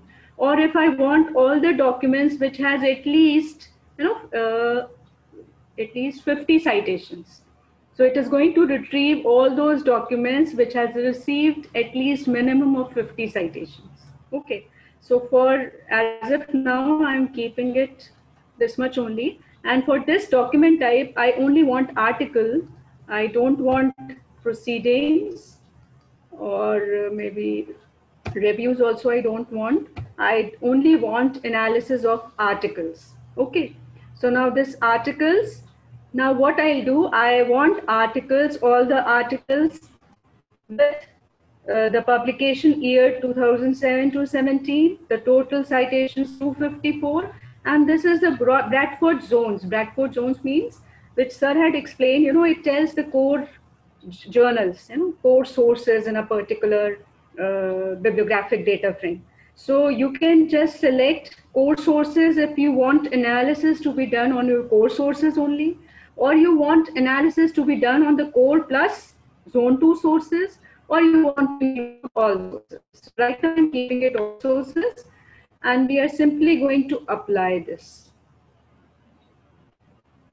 Now see, it is giving document 698 of 770. What does this mean? It means it has 698 articles out of total 770, records. So I want to perform bibliometric analysis on my this 698 records. Okay, so next, yeah, one thing more. So you can also, these records you can copy. You can copy it in a CSV file, in an Excel file. You can also print it. So this facility is also there, and it is given in each and every window.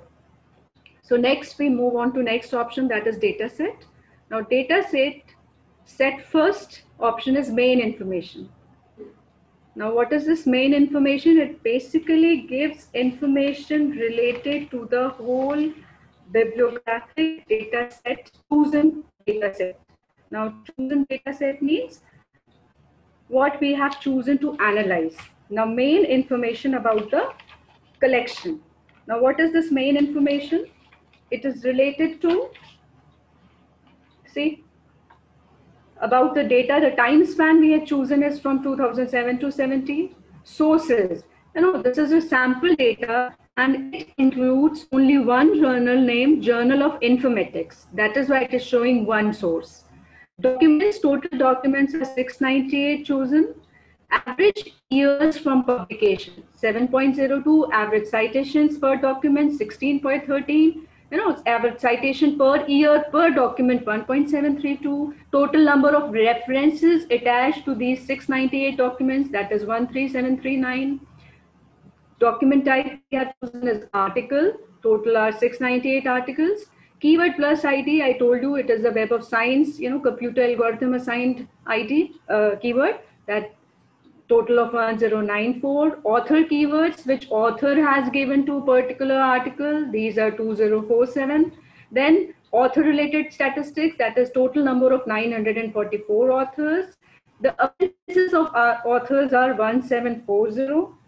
Then we have authors of single author documents, which are 89, multi-author documents 855, and so on. You can say author, you can also see author collaboration, that is document per author, author per document, co-author per document, as well as collaboration. So see all this, this is all descriptive analysis which we often take out in our bibliometric studies, which is being given by this, such a beautiful software. So next we move on to, this is descriptive analysis about our collection. Next we move to the sources. Now what do you understand by source? Now source could be anything. It could be a journal, it could be a book, it could be a conference proceeding or series which is published in one or more documents included in our bibliographic collection. the collection which we have taken. So now we are going to see the source relevant statistics. So we'll click the most relevant sources in our this bibliographic set. So it is going to show the 20 number of sources. We can increase or decrease it. Now, for example, I want to see only maybe 10 or maybe 5. See, so simply I'll click apply. So now it is giving this plot, this graph. Most relevant sources. Now, most relevant source, I told you, this sample file consists of only one source called Journal of Informatics. So it is given that total of 698 documents are there, and it is showing the source. Now you can see the graph also, and you can also see the table. See, both ways. And again, you can save it in all these formats, this particular table. So this is the most relevant source. Then next is the most local cited source. Now, what is this local cited source? The local cited source means, now what is a cited source? Again, the cited source could be a journal, it could be a book, conference, series, which is included in at least one of the reference list, which we call bibliography of the document set. Okay. So in this, first we are going to see the local means all those sources which have been cited in the analyzed collection. That is local cited sources. So first is Scientometrics, Journal of Scientometrics, which has how many?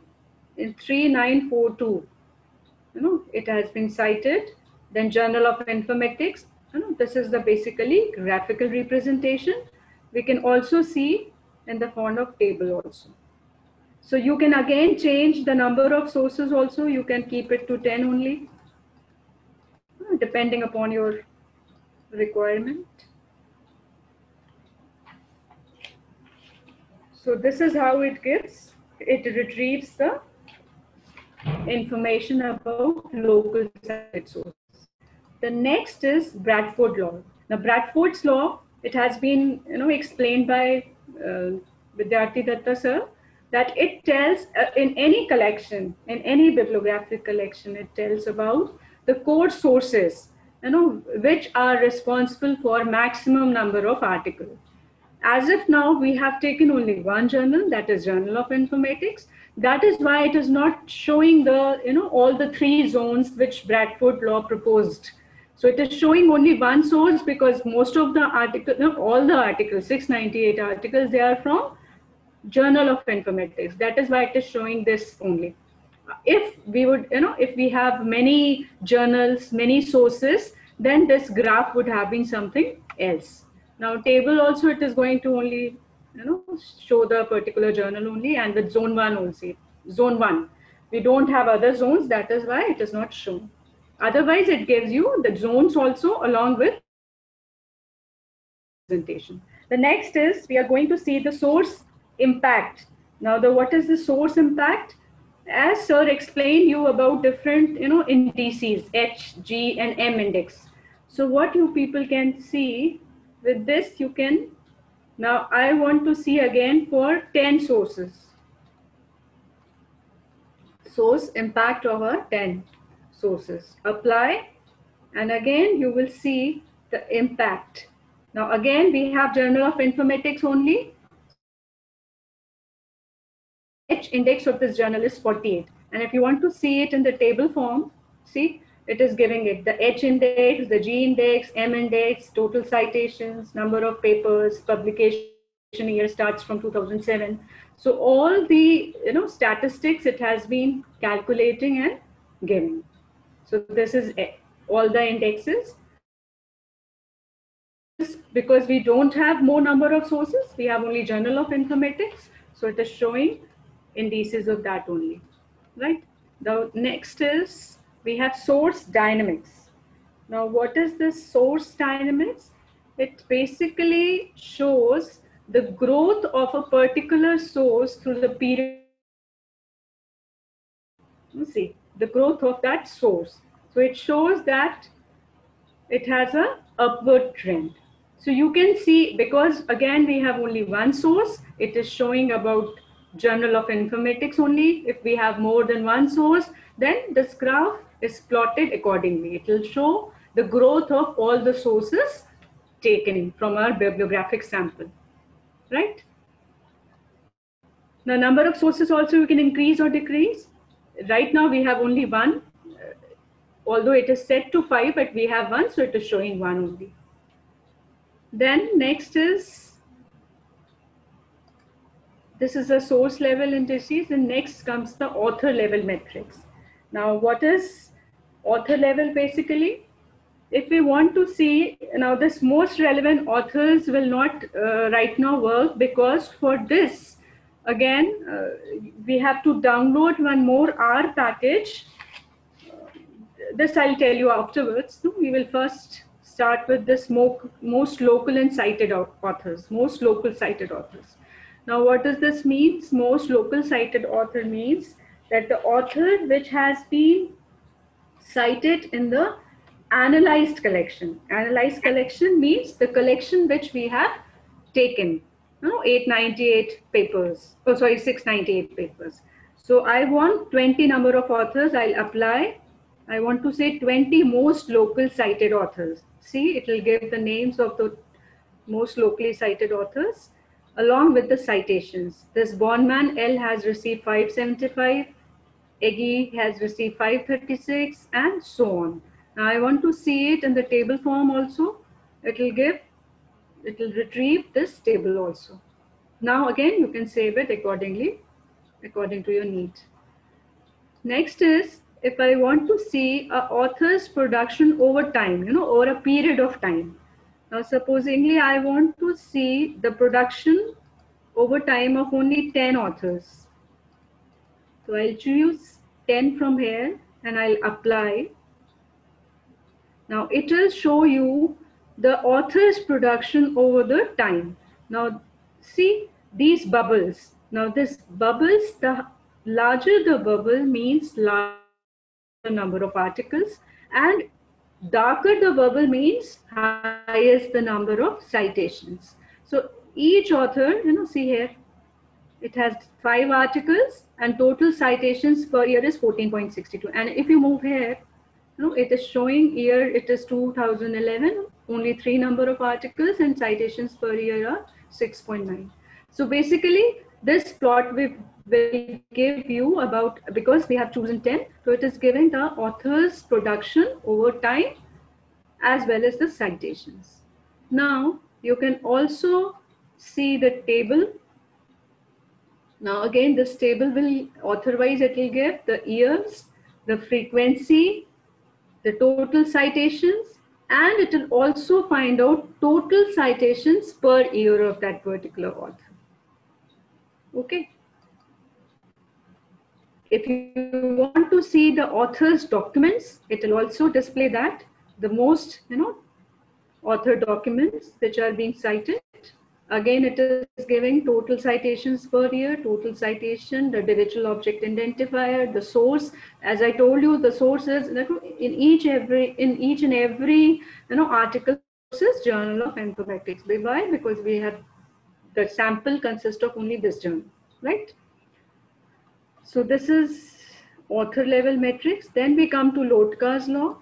As again, Lotka laws, it was told that, what does it signify? That as the number of articles published increases, the authors producing that many publications become less frequent.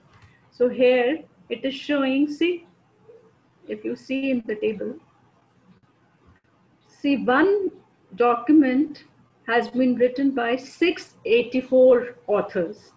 So proportion of author is this.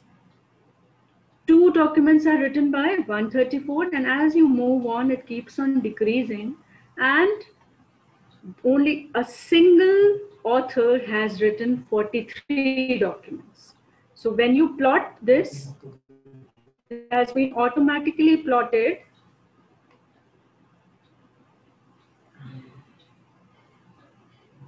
See, it is the number of articles 1 and percent of production, it is showing 72.5. And as you move, it decreases. See, so it is being plugged. That means core authors who have published many documents and occasional authors who have written just one document, right? So next, we move to the author impact. Now, what is this author impact? If I want to see, earlier we have seen, now I want to see the author level impact. Earlier it was journal level. Now again, 10 sources I want to see, apply. So it will retrieve 10 authors, H, M, G indices. See, this gentleman, this author, Bonman L, has H index of 19. Leaders has 19, 18, and so on. So it has, because I have chosen 10 number of authors, it is showing H index of 10 authors. Now, if I want to see the table, then it is going to display the H index, the G index, the M, total citations, number of papers, and the publication year start, the starting year of the publication. This is the author impact. Next, we come to affiliations. Now what do affiliations means? Basically affiliation means the author's related affiliation. So again, now we will choose 10. Now apply, I want to see the most relevant affiliation. So it will display the most relevant affiliation. This particular institution, Catholic University, the short form in Web of Science also you will find the short form has been used, the acronyms of particular institutions, affiliations has been used. So it is given here. So it has 48 number of documents, and as you move on, the number of documents decreases. Now, if you want to see the table, it will also give this table of 10 affiliations, right? So next, we move on to the countries analysis. Now, if I want to see the corresponding author's country, now I want to see about 10 authors, the corresponding author's country. Apply. See, now it is basically given what it is. Now, what does this MCP and SCP indicates? MCP indicates that for each country, the number of documents in which there is at least one co-author from a different country. In which there is one co-author from a different country. That is MCP. And SCP is a single country publication. So this is China. And this is, so this country, this is MCP, that is this much documents have multiple country publications, and this is SCP, single country publications. So of each and every country, the corresponding author's country has been analyzed. So basically MCP is doing what? It is measuring the international collaboration intensity of a country, right? So next, we move on to countries' scientific production. If you want to see the scientific production of a particular country,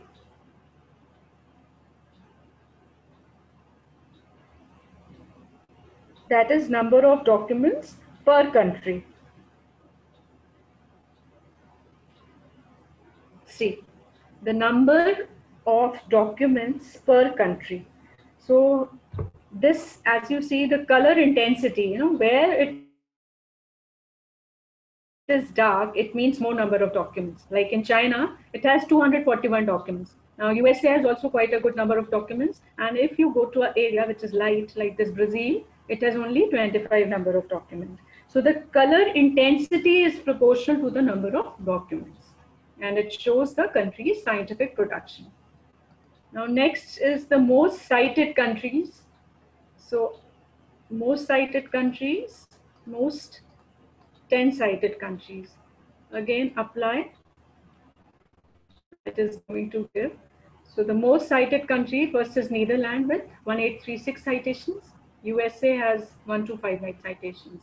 Again, you can see the table also. It also calculates the average article citations. Okay, that is the total number of articles divided by total number of total citation divided by total number of articles, right? So these all calculations are also there. Now next we move on to document level analysis. Now again in document level analysis, when we talk about document level analysis, we talk about citing, cited. You must have heard about all these concepts. Basically they are in Web of Science. So what we call the citing document, basically it refers to a scientific document. Scientific document, again, it could be an article, it could be a review, it could be a conference proceeding, which is included in a bibliographic collection. So if we talk about our collection, what will be the citing document? It will be the total number of documents, that is 698. Now, when we talk about references, what does references or cited reference? Now, it refers to a scientific document which is included in at least one of the reference list. Now, what is this reference list? Again, which we call bibliography. So, reference is cited by one or more documents. Okay. So, how many references we have? Again, we will see it.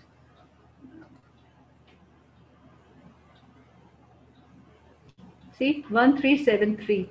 So we have 698 documents. It has 13739 references, right? So now this analysis will be based on documents, that is cited, citing, cited references, right? So first of all, the most global cited documents. Now, when we talk about local and global, local, I told you, when the citations or publications, when we talk about local, they are being considered, they are taken from the analyzed collection only. Now, for example, in this case, we have 698. So 6 local cited documents will be calculated from those 698 documents. But when we talk about global cited documents, it will cover the cited documents from all over this bibliographic database. The whole database will be considered. So if we say it is Web of Science, the whole bibliographic database will be considered. So first of all, we is going to see the most global cited sources. So total citation first we'll take 10 again and apply the most global cited documents. Now you see, these are the most global cited documents. This particular document, which was written by Moet HF, it has 251 global citations. The journal is Journal of Informatics. It was published in 2010, and so on. Again, table also you can see. It is giving the total citation as well as total citation per year. You can also see the total citations per year also, if you want to see about some. Now,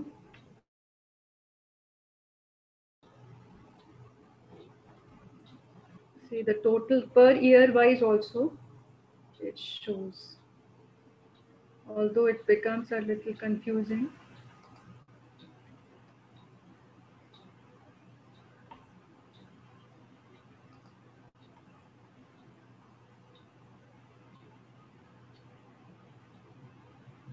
No, it is taking all the years of a particular author when they were cited.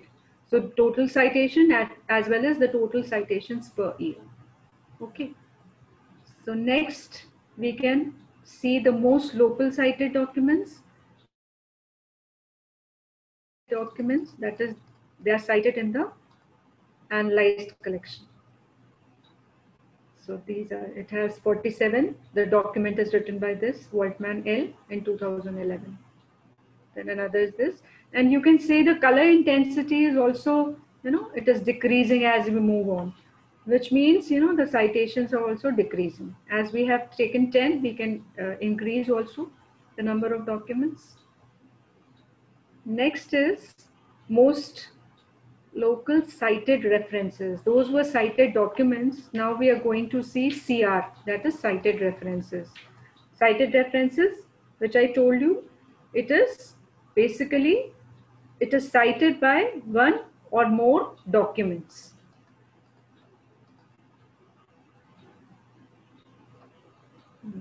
So this is basically the most cited reference. See, the journal name has also changed. Why? Because they are cited references.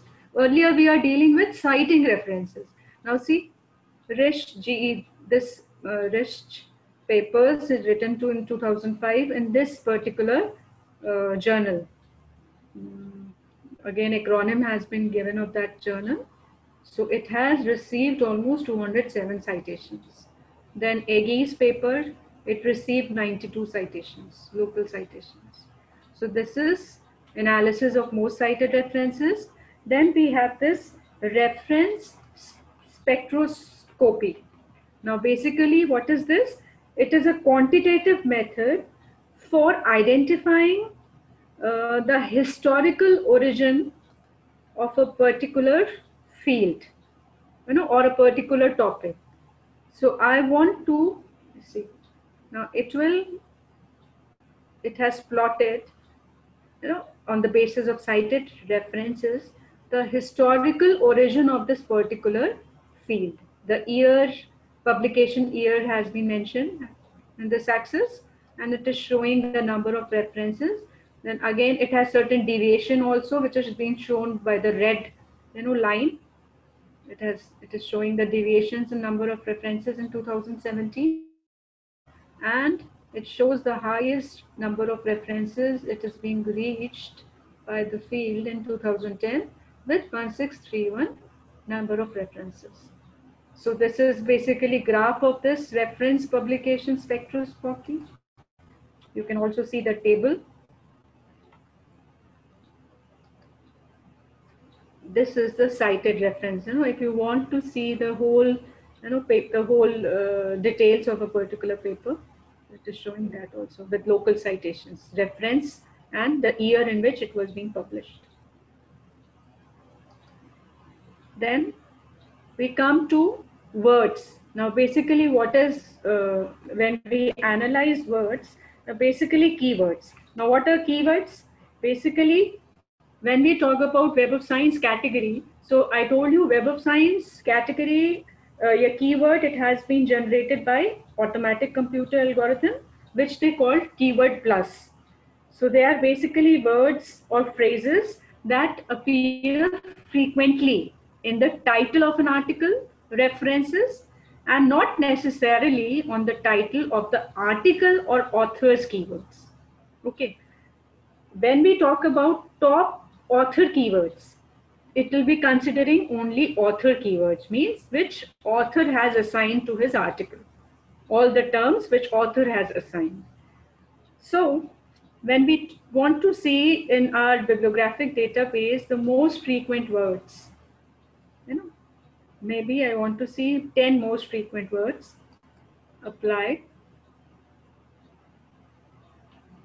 See, science is the most frequent, it has 202 occurrences, followed by impact with 123, indicators with 94, and so on, H index with 70. Again, you can also see the table. Now, it also gives different parameters, by different fields you can just see. Now, keyword plus we have seen. Now, I want to see the author's keywords. Now, again, 10 author's keywords. So these are being, author keywords are always, better to consider because they talk about the content of the paper. So these are the keywords which has been analyzed. First is bibliometrics. You can plot also. So bibliometrics, it has been 75 times it has occurred, then 71.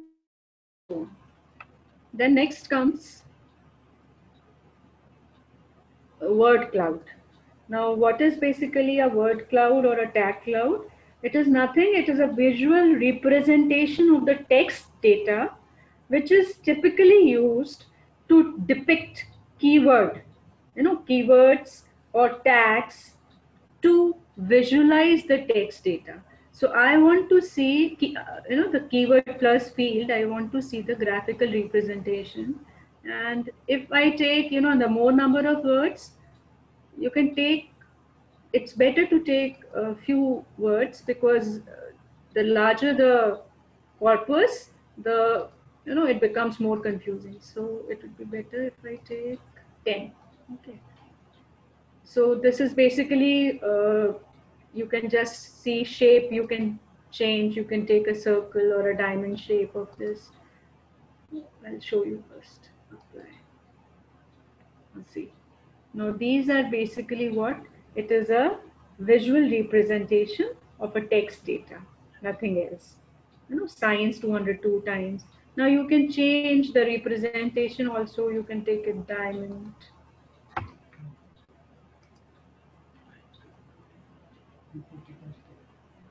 Right? The background color, you can also change out the terms. Then font size also can be changed. Ellipticity can be changed. The rotate, padding, all these things, you can play with this and change the visual representation of these words. When I have taken 10, it is showing like this. It is much more clear. If I increase it to say 50, now apply, see, it becomes a little, although still it is quite self-explanatory that science is it has the largest number of counts. But the fewer the words, the more, clear the visual presentation. Then next we have the tree map. Now basically tree map is that it is showing this particular keyword plus in a form of tree map. Now, see science, it has the largest number of occurrences, so it has the largest square, and as you move on, it decreases. So tree map is that we can also see the table. Now, basically visual representation changes. Then we have this word dynamics. Now in word dynamics again, apply. Now it again, what does it shows? It shows the most prominent terms, basically through a period of time. How it has evolved through a period of time. Like in science, from 2007 to 17, how it has evolved. How these particular terms has evolved over a period of time.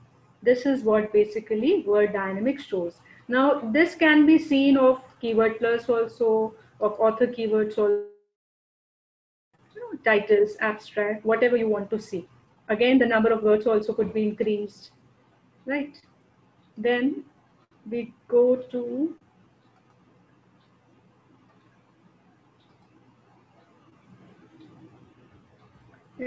trending topics, the most trending topics. So it displays that. Again, author keywords we can choose, apply. Let's see, basically this has been plotted, and through the years it has been shown, graphically it has been plotted, and it shows that how this basically the trend has changed in this particular field with 698 articles which we have evaluated in a particular journal. How through the times to 2008, what all words or topics has evolved. So it is showing that. Then we move on to conceptual structure. Now, when we talk about conceptual structure, conceptual means what science talks about, the main themes and the trends. Basically, it represents the relations among concepts or words in a set of publication. Now, when we talk about co-occurrence, what does co-occurrence means? It means that if we talk about words, words which appear together in a document, it will be related in a network. So it is known as covert network. So if I want to see the co-occurrence network, again, I want to see about author keywords. Now, basically, the network layout is what? It is nothing. It is a basically an algorithm which has been used. Now, the automatic layout is the best algorithm which will be taken automatically, and it's better to use this. Otherwise, other algorithms are also available. So it would be better to automatic layout, to choose automatic layout because it is the best option. Then normalization is basically the co-occurrence can be normalized by using similarity measures. Again, it is doing what? It is applying different algorithms on the particular data set. Okay, then we can change the node colors by year. Then we have clustering algorithm. Again, this algorithm is the best to apply, or this walk trap, this one. These two algorithms are quite better than other algorithms. Number of nodes, I want maybe 10 or 15.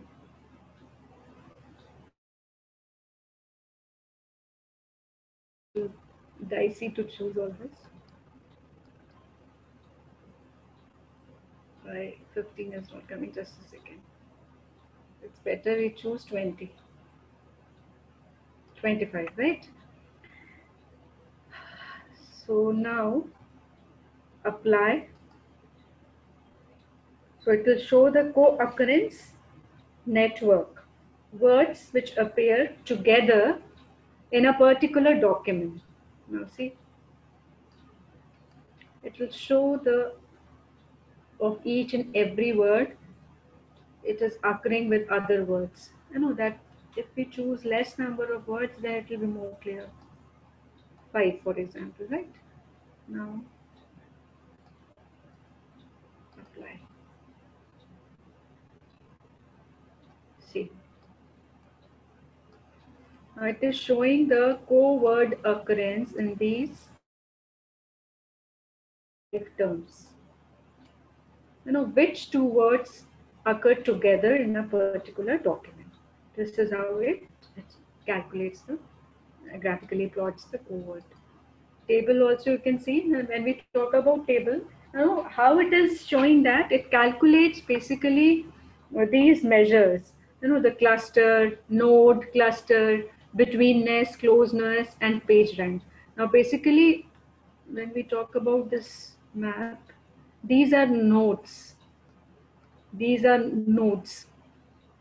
And these are called edges. How these words are interrelated, these are called edges. So citation, it has come along with citation analysis and bibliometrics. So these are nodes and these are edges, and the following is statistics. They all have a formula through which this, because it's an open source software, it calculates all these measures automatically. Otherwise, there is a separate formula to calculate this cluster, betweenness, closeness, among all these nodes. Nodes means the popular terms which has been chosen by in the data set. So next is the thematic map. Now what is this thematic map? The thematic map is, again, it is applying a clustering algorithm on the keyword network. And through this network, it is possible to see the different themes of a given domain. Now, if I want to see, again, an author keyword, so I can choose title. I want to see the thematic map. If I apply it on title field, it will create a map which will show different themes of a given domain. So basically, what it is giving, it is showing again 4 quadrants. Now what are these 4 quadrants? Now it is shown like this quadrant, this particular, how the different words evolved in a particular domain. Now this top right, and yes, one thing more, and it calculates it on the basis of centrality and density. Okay, centrality means what? That for lexical analysis, Now, both citation and lexical analysis, there are two common methods for constructing strategic maps of a domain. These two methods are being used. So basically, for lexical analysis, the centrality measure, the nearer the particular topic is this to the centrality, that means the more important that particular topic is. So these four quadrants shows the evolution of different topics. See, distribution, these particular topics, they are in the top left corner. This means it is emerging theme, but they are poorly developed. When we talk about this analysis word, now this analysis word, it is a main theme and it is well developed. Okay. And when we talk about this study, this is the main central, it lies in the central quadrant, which means what? It is very special and a special theme which is important for the subject. Okay, so basically it tells, you can also see the thematic evolution. If period wise you want to see the thematic evolution of a particular author keywords, and I'll choose number of keywords, maybe 50. Okay, and number of clusters in which I want to see this thematic evolution is 5. I can increase the clusters also. Cluster means that, clusters are basically made on the basis of similarity measures. Similar words, they are grouped in one cluster. So I'm going to apply this. Now it will show the thematic evolution of a different time spans. See. So it is the time span it has chosen is 2007 to 2017, and it is showing that particular word has evolved through time. In bibliometrics from 2007 to 2013, then how it evolved to citation, then how it evolved to H-index. It is showing the evolving of a particular topic or a word through a period of time, right? So this map is also available in conceptual. Then next is factorial analysis. Now, basically, what is factorial analysis? I told you about basically certain statistical algorithms like multiple correspondence analysis. Basically, these statistical techniques are applied, and those techniques, through those techniques, we can get different graphical representation on our data. Now, for example, I want to apply the correspondence analysis. Now, you can play with this. You can try different options and see what comes. Now, for example, I want to see the correspondence analysis on the author keywords. The number of terms I'll reduce to maybe 20. Number of clusters, I want the software to make the clusters automatically. The size of the label, I want maybe 10. Number of documents, maybe in 5, or I can increase the number of documents. 10. Now, when I apply this,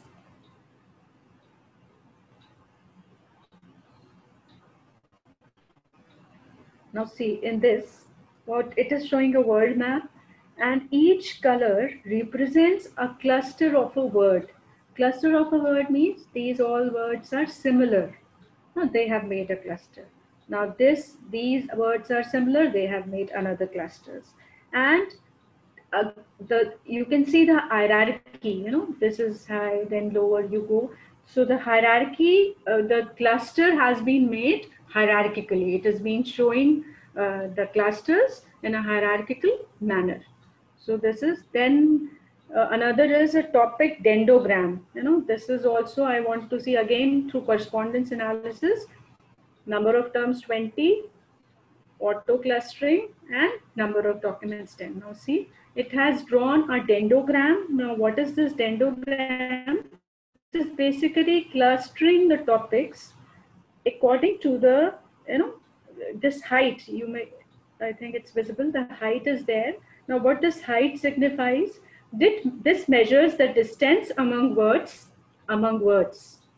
or cluster of words. Now these two words make one cluster, these two words another cluster, and maybe these three words another cluster. So the height signifies what? The distance among words or cluster of words, and distant words. Now, for example, this particular word is distant from this particular word or this particular word, which means what? It means that these are different concepts. Alt metrics and maybe H index are different concepts, or citation impact different concepts. So the distance between the words shows that how distant they are. And the height helps to choose now where to cut the dendrogram. These heights, they cut the dendrogram into different cluster of words.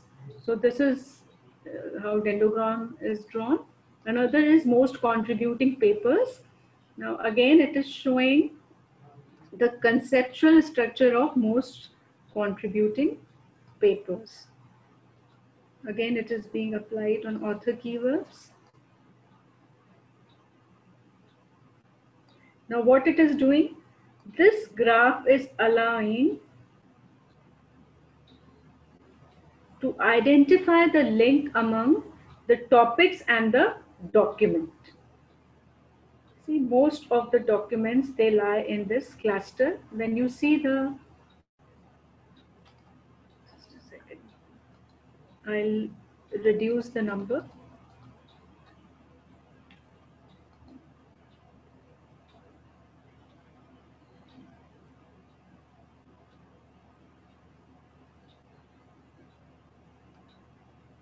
Now this graph, it tells about the links between the topic and the documents.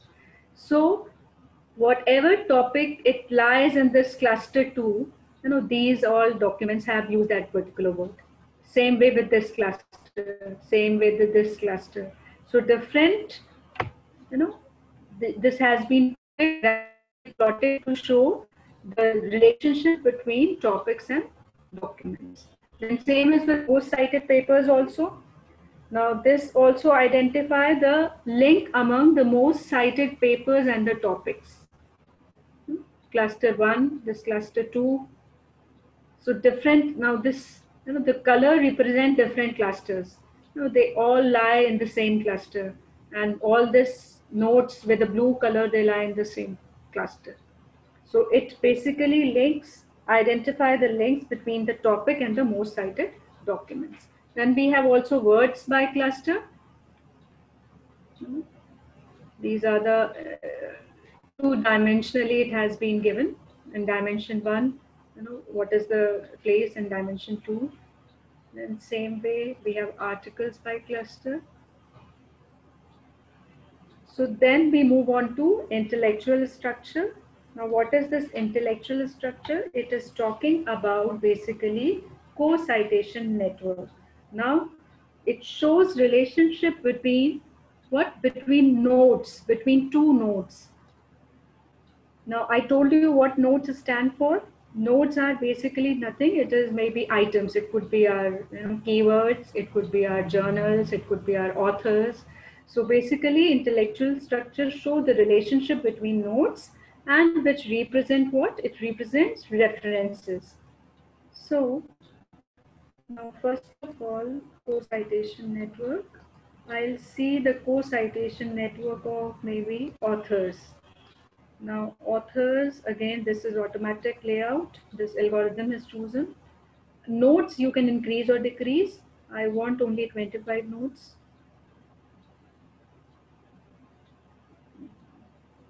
Just a second. Or 30 notes, right? Now apply. Now it will show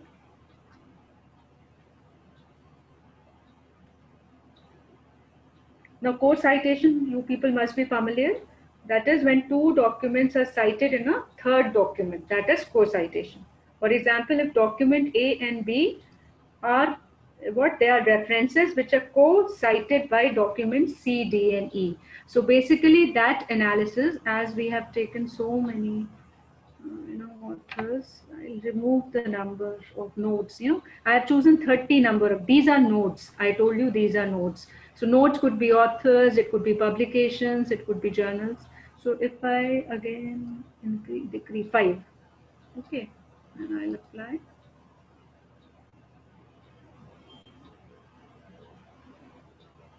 So it's showing the co-citation network of authors. Now see, that is, it is telling that which two documents are cited by a third document. So you can take it out of authors, papers, sources, according to your need. Then another thing we have is historiograph. Now what is this historiograph? It is nothing. It gives a historical path of a research document. Again, number of notes, I'm decreasing it to 10. Apply. Now in this also, each node, these are nodes. Each node represents what? It represents a document. Now this node, it represents a document cited by other documents. They are getting direct citations. See, this has been cited by this has been cited by this. So this is how this, and what does it give? It gives the co-citation network is also giving that, but the only difference is it is given it to a through a period of time from 2007 to 2013. That is the difference. Then we move on to the social structure. Now social structure is basically nothing. It shows that how authors or institutions, they relate to each other in the field of scientific research. So in social structure, we have collaboration network. Now if I want to see this collaboration network of authors, again this layout automatic and the algorithm this, and I want to see maybe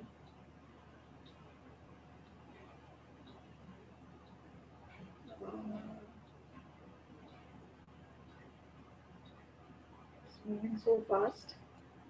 For example, maybe 21, right? Notes 21, and I'll apply it. And now it will show the collaboration co-authorship network. Why co-authorship network? Because I have chosen the field authors. Now you see, these three authors are interrelated, co-authorship. These two authors are interrelated. These two authors are interrelated. So this will show the collaboration network, co-authorship network. You can also see institutions network. You can also see the countries network according to your need. Then the last is the collaboration word map. Now this collaboration word map is nothing.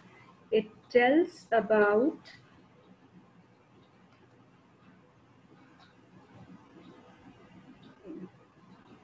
which all countries in the world map are collaborating. See, nothing else. It is showing the relationship with a particular relationship of a particular country with other countries. Again, edge size. You can also change the minimum edges. Like minimum edges means, for example, a particular country's relation with other countries. 2 means 2 edges. It will have 2 edges. One this, another this. You can change the edge also. If I keep it 1, then it will increase.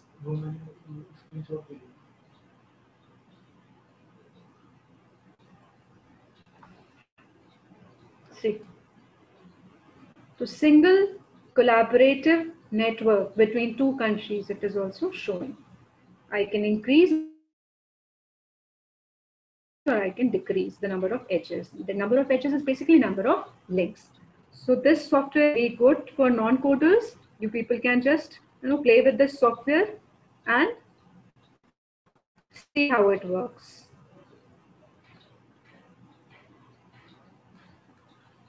So now,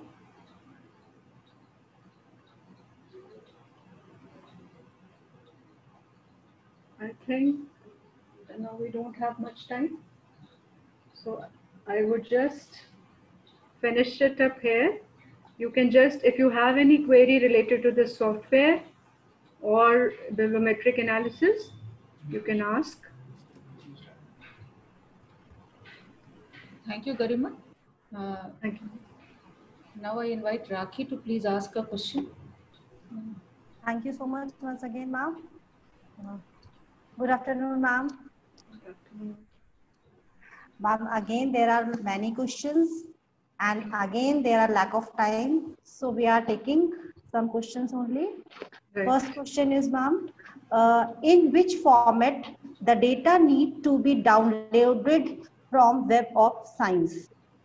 It's always better to download data in text format from Web of Science because it only accepts text file or a BibTeX format. I told you that BibTeX format is not, because non-standardized data is not imported. So it's always better to download in the text format. Okay, thank you, ma'am. Next question, how much data could be handled with the particular software? Any limit? Asked Right. by Shipra. Right. It varies from database to database. When we talk about Web of Science, from Web of Science, we can download data in batches, batches of 500 records. So what we can do, if you want more than 500 records, you can download batches of 2, 3, 4, as many files you want. And then what people can do, you can just make a zip folder of those files. And then you can upload that zip file on this database, and then it will work perfectly. So you have to make a zip file of those individual files, and then you can upload that data in the software. Okay. The next question, which is asked by Masood Raja. In which format we need to be downloaded data from Scopus database? Yeah, from Scopus, I think it is CSV format. CSV. And it also has a limit of 2000 records only. Scopus. Okay, thank you, ma'am. Next is how to plotting or graphical representation could be saved. Yeah, it can be perfectly. I had shown you people the option. At the top, it's showing the option to save, the different formats. That graph could be copied and pasted in a Word format also. It's very, it gives that option. The table could also be saved, and as well as the graphs also. You can simply copy it and save it. Okay. Next question is, ma'am, when we download data from Scopus, one time it is 2000 data. How Right. to club different files? Actually, this Scopus has a limitation, only 2000. That is the limitation with Scopus. Now, again, if Web of Science, I know Scopus are not aware if you want more records that more than 2000, because there is no utilities there that you can combine it in a zip folder or somewhat. So I'm sorry that even I don't know that when the data exceeds, how you're going to deal with it. You have to see that, because in manual also it is not telling that how you can do that, manage with this limitation of Scopus. Thank you, ma'am. Okay. So thank you. If you people have any other query, you people can ask me on my email ID. Okay. Thank you, ma'am. Thank you, Rakhi. Thank you, all of you. So thank you, Garima. Thank you, ma'am. So thank you, Garima. And now I would like to thanks to our participant and our who are giving me an opportunity to organize this workshop. I would like to thanks to our Vice Chancellor for his patronage. And I am also very thankful to Dr. Arvind Mohan and Professor Anil Mishra for their support and encouragement. I am also very thankful to Dr. Vidyarthi Datta and Garima Bisaria for giving me or our participant a very wonderful session. And I'm also very thankful to our faculty member, Dr. Ranjana Shrivastava, Pratibha Shukla, Shahnaz Bano for their encouragement. And I cannot express my gratitude towards the our technical team member like Junaid and Rakhi. They are always with me in preparation of organizing this workshop. So thank you to all of you. And last, I just want to give my thanks to our participants who have attended this workshop. So thank you all of you. Thank you so much, ma'am. Okay. Thank you so much, ma'am. Okay. So we are just leaving now. So thank you, Dr. Vidyarthi Datta, once again. Thank you, sir. Thank you very much. So we are going to end our session. Thank you all of you once again. Thank you, ma'am.